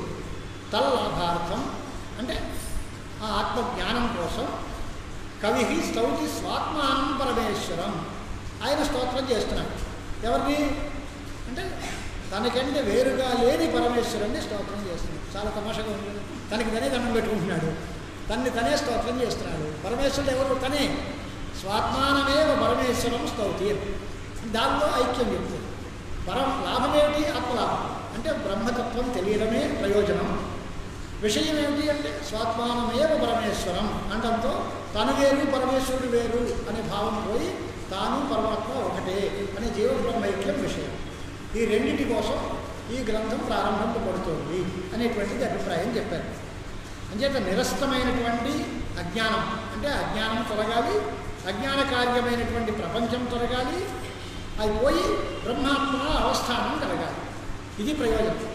ఎవరు చెప్పారండి? బ్రహ్మవేద బ్రహ్మైవ భవతి. ఉపనిషత్తు చెబుతోంది, శాస్త్రం చెప్పిన మాట. బ్రహ్మని తెలుసుకుంటే ఏమవుతాడు? బ్రహ్మే అవుతాడు. బ్రహ్మవిద్ బ్రహ్మైవ భవతి, బ్రహ్మవేద బ్రహ్మైవ భవతి. అది విషయం. విషయం చేసిన తర్వాత ప్రయోజనం అది బ్రహ్మభావం పొందడం. విషయం ఏమిటి అని అంటే స్వాత్మానం పరమేశ్వరం అనే మాట వల్ల ఆ సమానాధికరణ్యం అంటారు.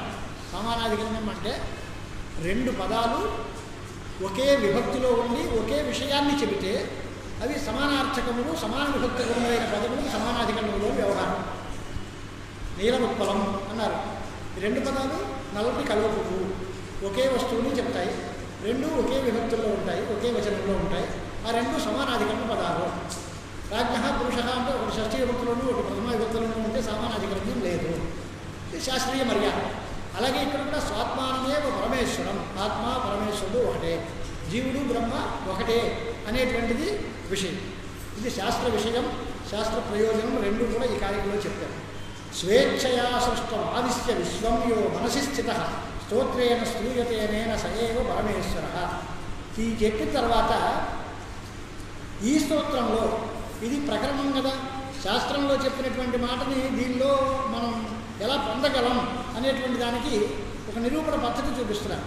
స్వేచ్ఛ అనే దానికి అర్థం ఏమిటి అంటే తన కోరిక అని అర్థం చెప్తాం మనందరం. స్వేచ్ఛ అనే దానికి పరమేశ్వరుడు యొక్క ఇచ్ఛాశక్తి రూపమైన మాయాశక్తి అని. ఆయన కోరాడు ఈక్షత బహుశ్యాం ప్రజాయేయతి, అలాగే సోమన్యత, అలాగే వాడు ఆలోచించుకున్నాడు, వాడు చూశారు, వాడు కాంక్షించారు, ఈక్షాంచక్రే.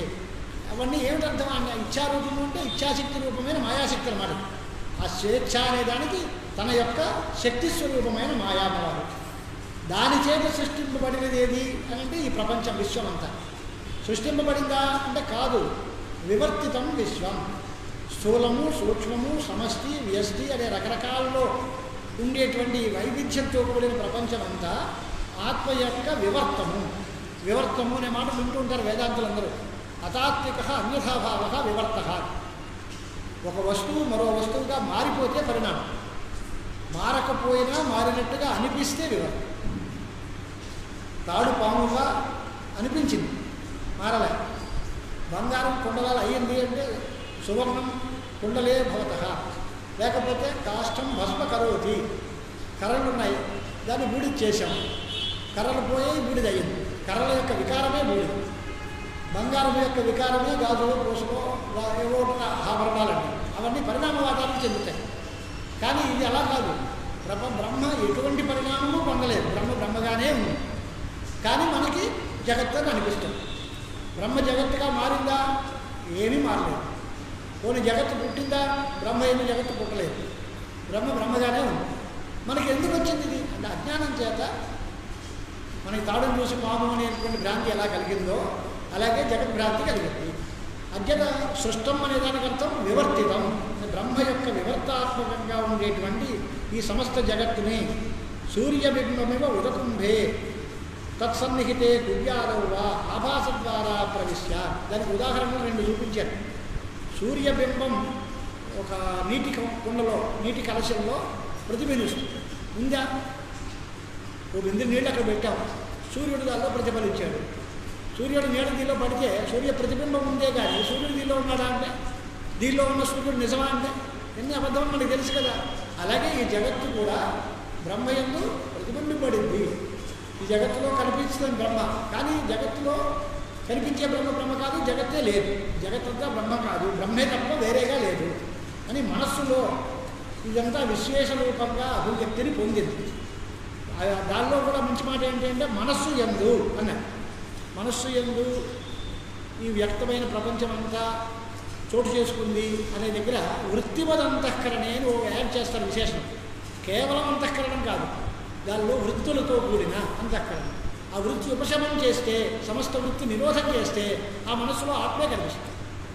ఆత్మ కనిపించేటువంటి స్థితిని తప్పించి దాంట్లో రకరకాలైన బాహ్య జ్ఞానాలు కలిగే అవకాశం కల్పిస్తే దానిలో ప్రపంచం అంతా భాషిస్తుంది. మనస్సు ఒక్కటే, మనస్సులో ఎప్పుడూ ప్రపంచమే ఉంటుంది అనుకోకూడదు. వృత్తిమత్తైన అంతఃకరణంలో ప్రపంచ భావన ఉంటుంది. ఆ వృత్తులన్నీ ఉపశమనం చేస్తే అప్పుడు నిరుద్ధమైన అంతఃకరణం అవుతుంది. దానిలో ఆత్మస్వరూపం ప్రతిబింబించడానికి అవకాశం ఉంది. అలాంటి పరమేశ్వరుడు ఈ స్తోత్రంలో ప్రతిపాదింపబడుతున్నాడు అని అర్థం. దీనివల్ల ఏమవుతుంది అభిప్రాయం అంటే, తన యందు కల్పింపబడిన లేదా వివర్తంగా భావించబడుతున్న ప్రపంచాన్ని లేదని నిషేధించడం, చిదేకర స్వరూపంగా ఉండే బ్రహ్మతత్వాన్ని చెప్పడం, ఇదే ప్రయోజనం, ఇదే విషయం ప్రయోజనం. దీని గురించి మాట్లాడారు. దీంట్లో ఇక అసలు గ్రంథంలోకి దిగుతున్నారు. దీంట్లో ఉన్నది ఏమిటి అంటే బ్రహ్మతత్వం. ప్రకాశతే అంటే ఏది ప్రకాశిస్తోంది అంటే బ్రహ్మతత్వమే ప్రకాశిస్తోందా, జగత్ ప్రకాశిస్తోందా? మనకు కనపడేది ఏమిటి? తాడు పాము అనుకుంటే ఉన్నదేమిటి? తాడు. కనిపించేది ఏమిటంటే పాము. భ్రాంతుల దగ్గర ప్రకాశించే వస్తువు వేరుగా ఉంటుంది, ఉన్న వస్తువు వేరేగా ఉంటుంది. అలాగే ఇక్కడ కూడా అస్థి ప్రకాశతే ఇది వ్యవహార ప్రవర్తతే తచ్చ అస్తిత్వం ప్రకాశత్వం కస్మిన్ అర్థే ప్రతిష్ఠితం అని అడిగాడు శిష్యుడు. ఒక ఉనికి లేదా తెలియబడ్డం, ఇది తెలుగు మాటల్లో అస్తిత్వం అంటే ఉనికి, ప్రకాశత్వం అంటే ప్రకాశింపబడటం. ఉన్న వస్తువే భాషిస్తోందా లేక ఉన్నది ఒకటి భాషించేది మరొకటినా? ఈ అస్తిత్వ ప్రకాశములు అనేటువంటి రెండు ధర్మాలు ఎక్కడున్నాయి? ఈ రెండు ఒకచోటే ఉన్నాయా, రెండు వేరువేరుగా ఉన్నాయా? ఇవన్నీ ఎక్కడ జగత్తులో ఉన్నాయా లేక పరమాత్మలో ఉన్నాయా?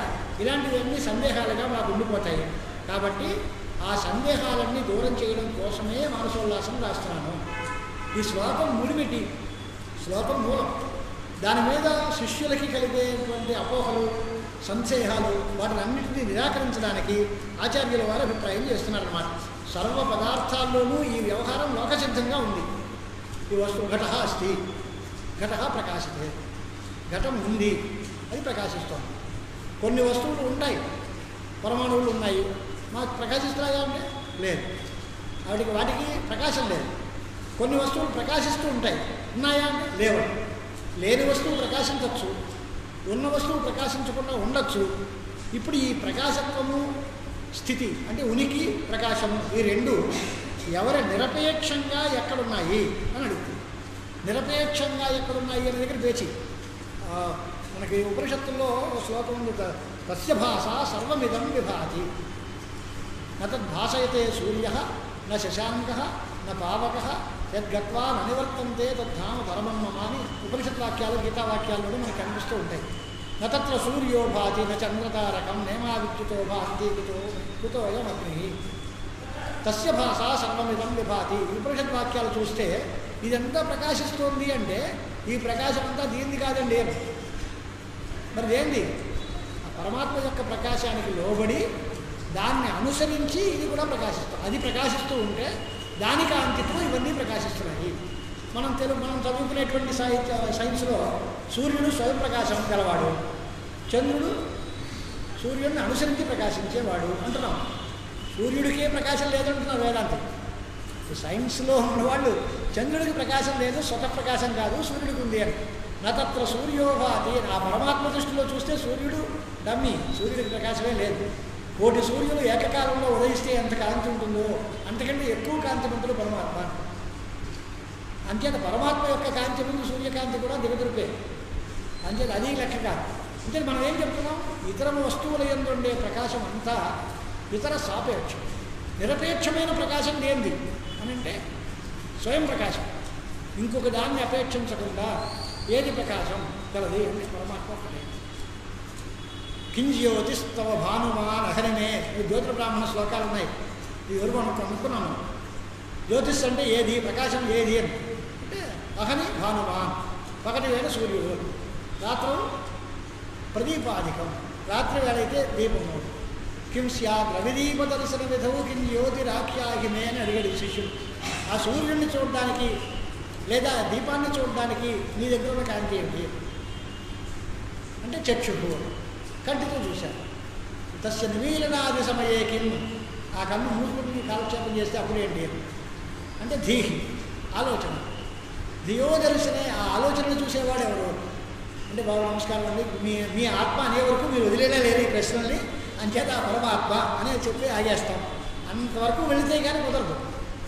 ఏదైనా సరే దీనికి ఇది పనిచేస్తుంది, దీనికి పనిచేసేవాడు ఎవడు, ఇంకోడు వాడికి పని చెప్పి నేర్చుకోవడం, మా గురువుగారు చెప్పారండి అంటున్నాం. మొదట ఆయనకి ఎవరు చెప్పారు అంటే ఏం చెప్పాలి? అనాది అనేనా తప్పుకోవాలి, లేదా పరమేశ్వరుడు అనండి అనాలి. వేరే మార్గం లేదు. ఆయనకు పుట్టుక లేదు కనుక పరమాత్మ యొక్క అనుగ్రహం చేత ఈ విద్యంతా వచ్చింది అనినా చెప్పచ్చు. లేదా గురు పరంపరలో వస్తోంది, వేదస్య అధ్యయనం సర్వం గురువధ్యయన పూర్వకం, వేదాధ్యయన సామాన్య అధునాధ్యయనం యథా మీమాంసక సంప్రదాయంలో ఇవాళ వేదం చదువుకున్నారు, వాళ్ళకి వాళ్ళ గురువు గారు చెప్పారు, వాళ్ళకి ఆయన గురువు చెప్పారు, ఆయన గురువు చెప్పారు. ఎవరన్నీ మొదలలేదండి అలా చెప్తున్నాయి, వీళ్ళ గురువు అంటే. సంసార అనాది, ఈశ్వర గతకల్పేయం వేదం అస్మిన్ కల్పే స్మృత్వా ఉపదిశతి అని మీమాంసకులు సంప్రదాయాలు చెప్తూ ఉంటారు. అలాగా ఇక్కడికి ఈ ప్రకాశం వీడిది కాదు, ప్రకాశం ఎవరిది? పరమాత్మ యొక్క ప్రకాశం. మరి ఈ ఉనికి ఇది అస్థి అని ఉంది కదా, ఈ అస్తిత్వము ప్రకాశము ఇవన్నీ కూడా దృశ్యధర్మములా కాదా? అంటే దృశ్యమైన వస్తువులు ఎందున్నాయా లేక చూసేవాడు ఎందున్నాయా అని అంటే, దృశ్యం పోకపోయినా అస్తిత్వ ప్రకాశత్వాలకి వ్యావృత్తి లేదు. ఉదాహరణకి ఓ దీపం పెట్టాం, అక్కడ కాంతి వచ్చింది, దీపం పోతే కాంతి పోయింది అన్నారనుకోండి, ఈ కాంతి ఈ దీపాంతి అనొచ్చు. మనకి లైట్లు వేసాం, కాంతి వచ్చింది, లైట్ ఆర్పేసాం, కాంతి పోలే, కాంతి అక్కడే ఉంది అన్నారనుకోండి, అప్పుడు ఈ కాంతి ఈ దీపంది కాదు అని అనుకోవాలిగా. దృశ్యమైన వస్తువు పోయినప్పటికీ దాని ప్రకాశం మిగిలింది అంటే అది దీనిది కాదన్నమాట. పరమాత్మ ఎక్కడో దానికి వేరే కారణం ఏదో ఉంది అని వెతుక్కోవాలి. దీనివల్లే వస్తే ఇది ఉన్నప్పుడు ఉంటుంది, ఇది పోతే పోవాలి.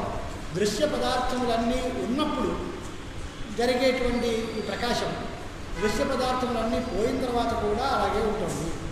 అంచేత ఏ వ్యభిచారి అంటారు కదా, అది లేనప్పుడు కూడా ఆ కారణంగా దీన్ని మాట్లాడితే దృశ్య ధర్మమే కనుక అయితే దృశ్యం పోతే దృశ్య ధర్మాలు పోవాలి. కానీ దృశ్యం పోయినా ఈ అస్తిత్వ ప్రకాశంలో అనేవి మిగులుతున్నాయి కనుక ఇవి దృశ్య ధర్మాలు కావు. కాబట్టి మేము అడుగుతున్నాం, ఈ అస్తిత్వము ప్రకాశత్వము అనేటువంటివి ఎక్కడున్నాయి? వీటి ఎందున్నాయి కదా, ఇవి సాపేక్షములుగా ఉన్నాయండి. మాకు తెలుస్తుంది ఇవి ప్రకాశిస్తున్నాయనే మాట ఉంది, కానీ ఇది మరో దాని మీద ఆధారపడి ఉంది. నిరపేక్షమైన ప్రకాశం దేనికి ఉంది అని ప్రశ్న. వీటన్నిటికీ అది కారణం, దానికి ఏం కారణం? ఇంకా ఒకదాన్ని అపేక్షించకుండా స్వయంగా సర్వసమృద్ధంగా తనంతట తానే ప్రకాశించే స్వభావం ఎవరికి ఉంది అనేటువంటి ఒక శిష్యుడు ప్రశ్నిస్తే వాడికి సమాధానంగా గురువుగారు ప్రారంభిస్తున్నారు. తచ్చ అస్తిత్వం ప్రకాశత్వం కస్మిన్ అర్థే ప్రతిష్ఠితం, కిం తేషు తేషు వా అర్థేషు, కిం వా సర్వాత్మని ఈశ్వరే, ఈశ్వరత్వం చ జీవత్వం సర్వాత్మత్వం చ కీదృశం. ఇన్ని ప్రశ్నలు ఇవన్నీ. జానీయాత్ కథం జీవ, కిం తద్ జ్ఞానస్య సాధనం, జ్ఞానాత్మస్య ఫలం కిం స్యాత్, ఏకత్వం చ కథం భవేత్, సర్వజ్ఞః సర్వకర్తా చ కథమాత్మా భవిష్యతి. ఇది ప్రశ్న. శిష్యం ప్రతి ఇత్థం పృచ్చంతం వక్తుమారభతే గురువు అంటే ప్రారంభం. ఈ మాటలు సంస్కృతం ఉన్న వాళ్ళందరికీ బాగా తెలుస్తున్నాడు. శిష్యం ప్రతి ఎలాంటి శిష్యుడికి అంటే ఇత్థం పృచ్చంతం, ఈ రకంగా అడిగే శిష్యుడికి వక్తుమారభతే గురువు, గురువు గారు ఆరంభిస్తున్నారు. దక్షిణామూర్తి స్తోత్రం ఎవరి కోసం రాశారు అని అంటే, ఆయన దగ్గర ఒక శిష్యుడు ఉన్నాడు. ఆ శిష్యుడు ఇలాంటి ప్రశ్నలన్నీ వేశాడు అనుకోండి. ఆ శిష్యులు చేసిన ప్రశ్నలకి సమాధానం చెప్పడం కోసం ఈ స్తోత్రాన్ని ఆరంభించారు ఆచార్యుల వారు అన్న. ఆ స్తోత్రానికి ఆరంభ కారణమైన శిష్యుడి యొక్క ప్రశ్నలు ఎలాంటివి అని అంటే వాటిని అన్నింటినీ ఉదహరించారు వరుసగా. ఈ అస్తిత్వ ప్రకాశత్వములు అనేటువంటివి దేని యొక్క ధర్మములుగా ఉన్నాయి? ఒకటి, అవి దేశదేశువా అర్ధేషుకిం, ఆయా పదార్థములు ఎందే ఉన్నాయా, లేక సర్వాత్మకుడైన పరమేశ్వరుడు ఎందే ఉన్నాయా? ఈశ్వరత్వము, జీవత్వము, సర్వాత్మత్వము అనే మాటకి అర్థం ఏంటి? ఈశ్వరుడు అంటే ఏమిటి? జీవుడంటే ఏంటి? సర్వాత్మత్వం అంటే ఏమిటి? ఇదంతా జీవ కథం జ్ఞానీయ, జీవుడికి ఈ జ్ఞానం ఎలా వస్తుంది? ఆ జ్ఞానానికి సాధనం ఏంటి? ఆ జ్ఞానం కలిగితే వచ్చే ఫలం ఏమిటి? వాడికి ఏకత్వం ఎలా వస్తుంది? సర్వకర్త అయిన సర్వజ్ఞుడు ఆత్మ ఎలా అవుతాడు? ఈ ఆత్మకి సర్వజ్ఞత్వం సర్వకర్తృత్వం ఎలా వస్తాయి? ఇవన్నీ ప్రశ్నలు. ఈ ప్రశ్నలకి సమాధానమే ఈ దక్షిణామూర్తి స్తోత్రం అని వివరిస్తున్నారు ఆయన. ప్రశ్నలకి అర్థాలన్నీ మన మనసులో ఉన్నది. తస్య జిజ్ఞాసా నిమిత్తం సంశయమేవా. మొట్టమొదటి సంశయం ఏమిటి అని అంటే, అస్తిత్వ ప్రకాశత్వములు సర్వానుభవ సిద్ధములు అని అడిగాడు వాడు. మొట్టమొదటి అస్థి ప్రకాశతే ఇది వ్యవహార ప్రవర్తతే. వ్యవహారం అంటే లోకంలో మామూలుగా వాడుక, ఈ వాడుకలోనే ఉంది, అది ఉంది ప్రకాశిస్తోంది. ఈ రెండు మాటలు మనం అందరం అనుకుంటూనే ఉన్నాం, కానీ ఉన్నది ఏమిటి అని తెలియట్లే. నేనున్నాను అంటున్నాం. నేనంటే శరీరం వచ్చింది. ప్రకాశిస్తోంది అంటే నా ముఖం తలతలాడుకో ప్రకాశం చేస్తోంది అంటున్నాం. ఇదా ప్రకాశం? ముఖమందు ప్రకాశం ఉంది, లేదా శరీరం యొక్క ఆగమనం ఉంది, శరీరం ఉంది, ఇంద్రియాలు ఉన్నాయి, ఇవేనా అస్తిత్వం అంటే? ఆయా వస్తువులు ఘటం వస్తాయి అంటే ఘటం ఉంది. దీపం ప్రకాశతే, దీపం ప్రకాశిస్తోంది అంటే ప్రకాశత్వం దీపధర్మం అని, ఉనికి ఘటధర్మం అని. ఇలా ప్రారంభం గౌరు అస్థి అంటే ఆవు ఉంది, గుర్రం వెళ్ళింది, ఏనుగు వచ్చింది, వాడు వచ్చాడు, వీడు వెళ్ళాడు, ఇవేనా అస్తిత్వ ప్రకాశత్వాలంటే అని అడుగుతారు. ఆ ప్రశ్న చేసేటువంటి ప్రశ్న వాడు ఎలాంటి గొప్పవాడు అన్నమాట అని అంటే, వాడికి ఉన్న కోటిలు ఏమిటి? రెండు. సందేహము అనే మాటకు అర్థం ఏమిటి అంటే, ఒకే వస్తువును చూసి దాంట్లో రెండు రకాల వికల్పాలు చెప్పి ఇది అవుతుందా అది అవుతుందా.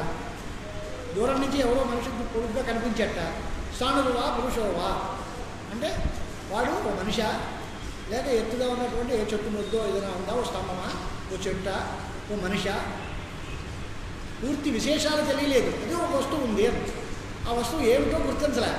ఆ వచ్చేవారు ఎవరబ్బా, లేదా దూరంగా కనిపించే వస్తువు ఏమిటి అనేటువంటి ఆలోచనతో సందేహాలు వస్తాయి.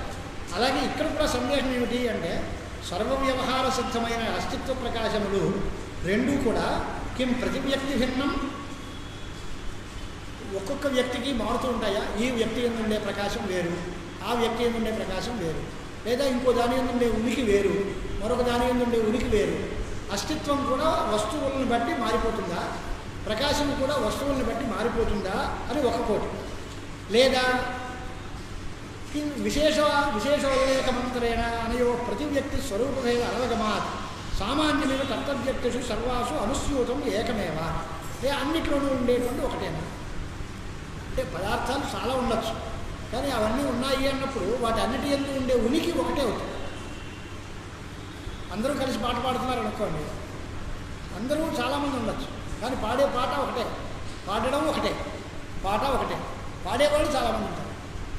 చాలామంది ఉన్నప్పటికీ వాళ్ళు చేసే పని ఒకటే అన్నట్టుగా వ్యక్తులు చాలామంది ఉన్నప్పటికీ వాళ్ళ వ్యక్తుల యందు ఉండటం, ప్రకాశించడం అనే ధర్మాలు ఒకటేనా? ఈ రెండు ప్రశ్నలకి ఉదాహరణలు ఏమైనా ఉన్నాయా అంటే, వేరువేరా ఒకటేనా అని అడిగాడు. బాగానే ఉన్నాయి, కానీ వేరువేరు అనడానికి ఉదాహరణ ఏంటి, ఒకటే అనడానికి ఉదాహరణ ఏంటి అని అంటే, వేరువేరు అనడానికి అంటే పరిణామాలు ఉన్నాయనుకోండి, పరిమాణం అంటే ఒకటి చిన్నది, ఒకటి పెద్దది, ఒకటి ఇంకా పెద్దది, ఒకటి బాగా ఇంకా లావైంది, ఒకటి సన్నగా ఉన్నది, ఒకటి పొడుగుగా ఉన్నది, మరొకటి పొట్టిగా ఉన్నది, ఇన్ని రకాలు చూస్తున్నాం. వాటి ఉండే పరిమాణాలన్నీ ఆ వ్యక్తిని బట్టి మారిపోతున్నాయి, కానీ అన్ని వ్యక్తుల యందు ఉండే పరిమాణం ఒకటే అనలేదుగా. అణుమహత్ దీర్ఘం హ్రస్వం చేతి అని పరిమాణం 4 రకాలు ఉంటాయి అని చెప్తారు శాస్త్రజ్ఞులు. పరమాణువుల యందు ఉండే పరిమాణం వేరు, ఆకాశం యందు ఉండే పరమహత్ పరిమాణం వేరు, మనలాంటి వాళ్ళ యందు ఉండే మధ్యమ పరిమాణం వేరు, కొన్ని వేరు అంటున్నారుగా. అలాగే పరిమాణంలాగా ఇవన్నీ వేరువేరుగా ఉంటాయా అనేది దాని పోలిక. రెండోది సామాన్యం. ఆవులు చాలామంది ఉన్నారు, లేదా మనుషులు చాలామంది ఉన్నారు. మనుషులు చాలామంది ఉన్నారు కదా అని మనుషుల్లో ఉండే మనుష్యత్వం జాతి కూడా చాలా ఉంటాయా? జాతి ఒకటేనండి. ఎన్ని వ్యక్తులున్నా ఆ వ్యక్తులు అందరిలోనూ ఉండే జాతి ఒకటే. అలాగే అందరిలోనూ ఉండే ఉనికి కూడా ఒకటే. సామాన్యాన్ని దృష్టాంతంగా పెట్టుకుంటే ఏకత్వం సిద్ధిస్తుంది, పరిమాణాలను దృష్టాంతంగా పెట్టుకుంటే భేదం సిద్ధిస్తుంది.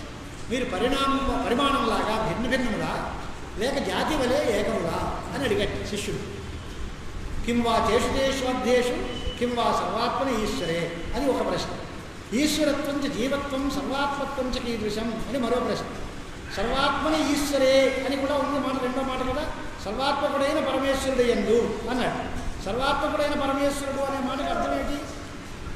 రెండో ప్రశ్నలో అర్థం, ఈశ్వరుడు అంటే ఎవరు, జీవుడు అంటే ఎవరు అంటే, ఈశ్వరుడు అనేసరికి అంటే జగత్కర్త అయిన ఒక వ్యక్తి, ఓ మహారాజు, లేదా ఓ కులాలు అంటే ఘటాన్ని తయారు చేసిన ఒక కుమ్మరి, లేదా బంగారపు ఆభరణాలు చేసేటువంటి కంసాలి, ఇలాగా ఆయా నిర్మాణం చేసేటువంటి ఒక కర్త ఎవడైతే ఉంటాడో అలాగే వేరేగా తటస్థులుగా ఉంటాడా, లేక అధ్యస్థ ప్రపంచానికి అధిష్టాతగా ఉంటాడా? ఇప్పుడు ఎవడు సర్వేశ్వరుడు అంటే, ఆ ఈశ్వరుడు అంటే ఎవరు అని అంటే నిమిత్త కారణమా లేక ఉపాదాన కారణమా అని ప్రశ్న చేసినట్టే అయిందనమాట. ఆ విచారణ ద్వితీయ శ్లోక వ్యాఖ్యానంలో బాగా చెప్తారు మన కారణభేదాలన్నీ. అంటే ఈశ్వరుడు అంటే స్వామి అంటే దాన్ని తయారు చేసినవాడు లేదా దాని కల్పనకి ఆధారమైనవాడు. ఇప్పుడు ఈ రెండిట్లో ఏది ఈశ్వరుడు. అలాగే జీవత్వం అంటే ఏమర్థం? జీవత్వం స్వాభావికంగానే వీడియందు జీవుడు అనేటువంటి ముద్ర వేసి వీడియందు జీవత్వం స్వాభావికంగా ఉందా లేక ఏదైనా ఒక ఉపాధి వల్ల జీవత్వం ఏర్పడిందా? అప్పుడు సర్వాత్మత్వం అంటే ఏమిటి?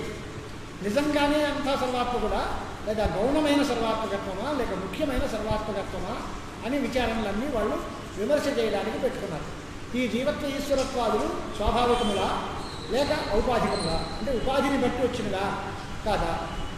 మన ఉపాధికుడు జీవుడు అంటున్నాం, వాయోపాధికుడు ఈశ్వరుడు అంటున్నాం. ఈ ఉపాధిని బట్టి వచ్చిందా లేక జీవుడు అనేవాడు వేరేగా ఉన్నాడు, ఈశ్వరుడు అనేవాడు వేరేగా ఉన్నాడు, పరమాత్మ అనేది వేరేగా ఉంది అని ముద్ర కింద ఎలా పెట్టేస్తావా? వేరే అంతా ఒకటేనా? అంతా ఒకటే అంటుంది. అంతా ఒకటే అయితే జీవుడు ఎక్కడ వచ్చాడు, ఈశ్వరుడు ఎక్కడ వచ్చాడు?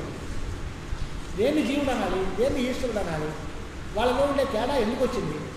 అది పోయి అంతా ఒకటే అని ఎప్పుడు తెలుస్తుంది? అది తెలియడానికి సాధనం ఏమిటి? తెలిస్తే వచ్చే ఫలం ఏమిటి? ఇన్ని ప్రశ్నలు వేసేస్తున్నారు వరుసగా.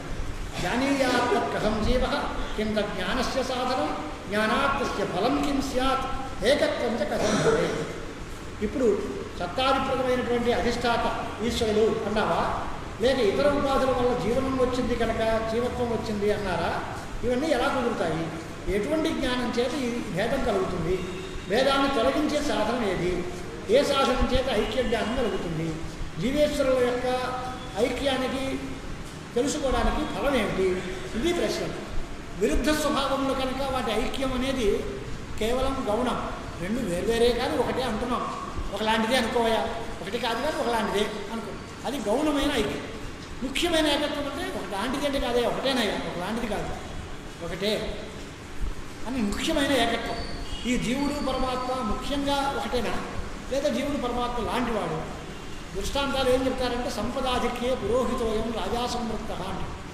ఓ పురోహితుడు ఆ ఊళ్ళో కాస్త 4 మంచి మంది యాజ్ఞికాలు ఉన్నాయి, 4 డబ్బు సంపాదించాడు. వాడికేమండి వాడు మహారాజు అంట. వాడు మహారాజు ఎలా అవుతాడు? 2-3 వరకు మన దగ్గర ఉన్నవాడేగా. వాడు మహారాజు ఎలా అవుతాడు అంటే వాడు మహారాజు లాంటివాడు. వాడు ఏంటంటే మహారాజు పదం కేవలం గౌణం. వాడు బాగా 4 డబ్బులు సంపాదించాడు, అంచేత సంపన్నుడు అందువరకే ఉద్దేశం తప్ప వాడు మహారాజు కాదు. కానీ మహారాజు లాంటి వాడు, అలాంటి పరమాత్మ లాంటివాడు జీవుడు అంటావా? జీవుడు పరమాత్మే అంటావా? ముఖ్యమైన ఏకత్వం అంటారా గౌణమైన ఏకత్వం అంటారా అని పెట్టారు. అలాగే జీవేశ్వరులకి ఐక్యం లేకపోతే విరుద్ధ ధర్మత్వం ఏమిటి? సర్వజ్ఞుడు సర్వకర్త అయిన పరమాత్మ. జీవుడు సర్వజ్ఞుడు కాదు, సర్వకర్త కాదు. వీడు వాడలేకపోతాడు. పరమాత్మ అనేటువంటి వాడు ఈశ్వరుడు అనేటువంటి వాడు సర్వజ్ఞుడు అంటున్నారు. అన్నీ తెలిసినవాడు, ఏవైనా చేయగలిగిన వాడు, అన్నిటినీ చేసే శక్తి గలవాడు, సర్వశక్తి సంపన్న సర్వజ్ఞ అనే మాట ఆయన కట్టినాడు. జీవుడు కించిజ్ఞుడు, కొద్దిగా తెలిసినవాడు, ఏదో తాత్కాలికమైన లైఫ్ స్పాన్ గలవాడు. మరి వీడు వాడేలా అయిపోతాడు? వాడు ఒకటే ఎలా అవుతాడు? ఓ ఎకరం భూమి ఉన్నవాడును 1 లక్షల ఎకరాల భూమికి వెళ్ళిన మహారాజు ఒకటైపోతారా? వాడు ఒకటే ఎలా అవుతారండి అని చెప్తున్నాడు. జీవేశ్వరులకు పరస్పర భేదం కనిపిస్తూ ఉండగా ఇది కించిజ్ఞుడు బాగా అజ్ఞుడు అయినటువంటి ఈ జీవుడికి పరమేశ్వరుడితో ఐక్యం ఎలా వస్తుంది? సర్వజ్ఞుడే పరమాత్మ అయితే దానికంటే విపరీతమైనటువంటి జీవభావం వీడికి ఎందుకు వచ్చింది అనేటువంటి మాట. ఈ ప్రశ్నలకి సమాధానం చెప్పడం కోసమే ఆచార్య స్వాముల వారు ఆరంభిస్తున్నారు. విశ్వం దర్పణ దృశ్యమాన నగరీతుల్యం నిజాంతర్గతం పశ్యన్ ఆత్మని మాయయా బహిర్భూతం యథా నిద్రయా అని శ్లోకాన్ని ఆరంభిస్తున్నారు.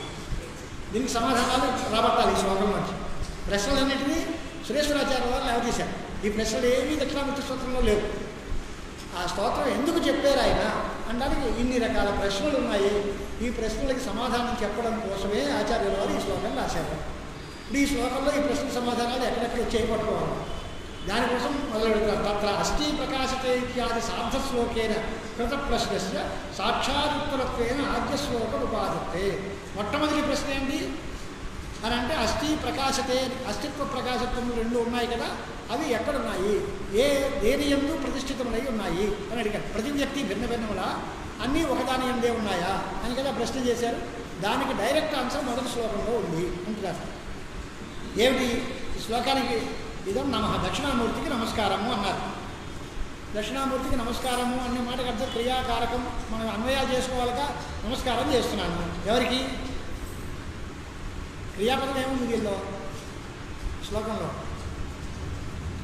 తస్మై శ్రీ గురుమూర్తయే నమయిదం శ్రీ దక్షిణామూర్తయే. అన్నీ సుబంధాలే ఉన్నాయి కానీ క్రియావాచక పదం లేదు. అస్తు, ఇది క్రియాధ్యాహారం చేయాలి. నమః అస్తు, మాకు ఈ నమస్కారము వారికి చెందుగాక. ఆ దక్షిణామూర్తి అయిన పరమశివుడికి నమస్కారం చేస్తున్నాను, నమస్కారం అగుగాక అనే మాట. దక్షిణామూర్తి పదానికి ఇందాక చెప్పుకున్నాం కదా అర్థాలు. ఈయన ఏం చెప్తున్నారు? కొత్త వ్యాఖ్యానం చేశారు. శ్రీ అంటే శోభ. ఆ శోభ అంటే ఏమిటి? ఏమంటే అంత ప్రపంచంలో ఉన్న శోభ అన్నిటికంటే గొప్ప శోభ ఏది? అందంగా ఉండడం అంటే అందానికి కూడా హద్దులు ఉన్నాయి కదా. వీడు అందగాడు, వీడికంటే వాడు అందగాడు, వాడికంటే వాడు అందగాడు. మన్మధుడు సాక్షాత్ మన్మధుడు, సాక్షాన్ మన్మథ మన్మథ అని కృష్ణ పరమాత్మని భాగవతంలో వర్ణించారు. మన్మధుడికే మన్మధుడు ఆయన. ఇలా ఈ అందానికి హద్దు ఎక్కడుంది? సౌందర్యము, శ్రీ, సంపద, వాటికి పరాకాష్ఠ ఏమిటి అని అంటే శ్రీ తత్వబోధాత్మిక అని వ్యాఖ్యానం. తత్వజ్ఞానము అంత అందమైంది ప్రపంచంలో మరి ఏమీ లేదు. అన్ని సందేహాలని దూరం చేసేటువంటి శోభ దానికి ఉంది. అంటే తత్వజ్ఞానము అనేటువంటి, తత్వబోధ అనేటువంటి శ్రీ, అదే శ్రీ అంటే. ఆయన అలాంటి శ్రీమంతుడు ఎవరు అంటే గురుమూర్తి. తత్వజ్ఞానం కలిగినటువంటి జ్ఞానోపదేష్ట అయిన గురువు. ఆయన మిక్కిలి శోభ గలవాడు. ఎందువల్ల? ఆయనకి తత్వం తెలుసు, ఆయన జ్ఞాని. ఆయన తత్వజ్ఞానాన్ని మనకి అందజేసే సమర్థుడు. శోభ గలవాడు కనుక శ్రీమంతుడు. ఆయనే దక్షిణామూర్తి. ఆ దక్షిణామూర్తి అనే మాటకు అర్థం ఏమిటి అని అంటే దక్షిణ దిక్కుగా అభిముఖమైన మూర్తి గలవాడు. ఆయన గురుమూర్తయే అని మరో విశేషం. గురు శబ్దానికి అర్థం ఏమిటి అంటే గృణాతి తత్వజ్ఞానం ఉపదిశతి శిష్యేభ్య ఇది గురువు.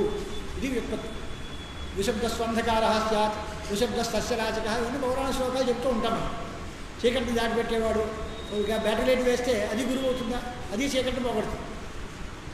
చీకటిని పోగొట్టే ప్రతిదీ గురువు కాదు. తత్వజ్ఞానాన్ని ఉపదేశించేవాడే గురువు. గృణాతి అనే దానికి అర్థం ఉపదిశతి అని అర్థం. గృణాతి తత్వజ్ఞానం ఎవరికి? ఉపదిశతి శిష్యేభ్య, శిష్యులకి ఉపదేశం చేసేటువంటి వాడు, తత్వజ్ఞానాన్ని సమర్పించి ఇచ్చేటువంటి వాడు అయినటువంటి వాడు గురువు. అలాంటి శ్రీమాంశ్చాసౌ గురుశ్చ శ్రీ గురువు. శ్రీమంతుడైన గురువు. శ్రీ శబ్దానికి అర్థం తత్వజ్ఞానము గల. శ్రీ అనేదానికి తత్వజ్ఞానము అని అర్థం. శ్రీమంతుడు అంటే తత్వజ్ఞానము గలవాడు అయినటువంటి గురువు. అంటే ఆయనకి తెలుసు, ఆయనకి ఇవ్వడం చేతనం. ఉన్నవాడికి ఇవ్వాలనిపించదు, ఇవ్వాలనిపించే వాడి దగ్గర ఉండదు.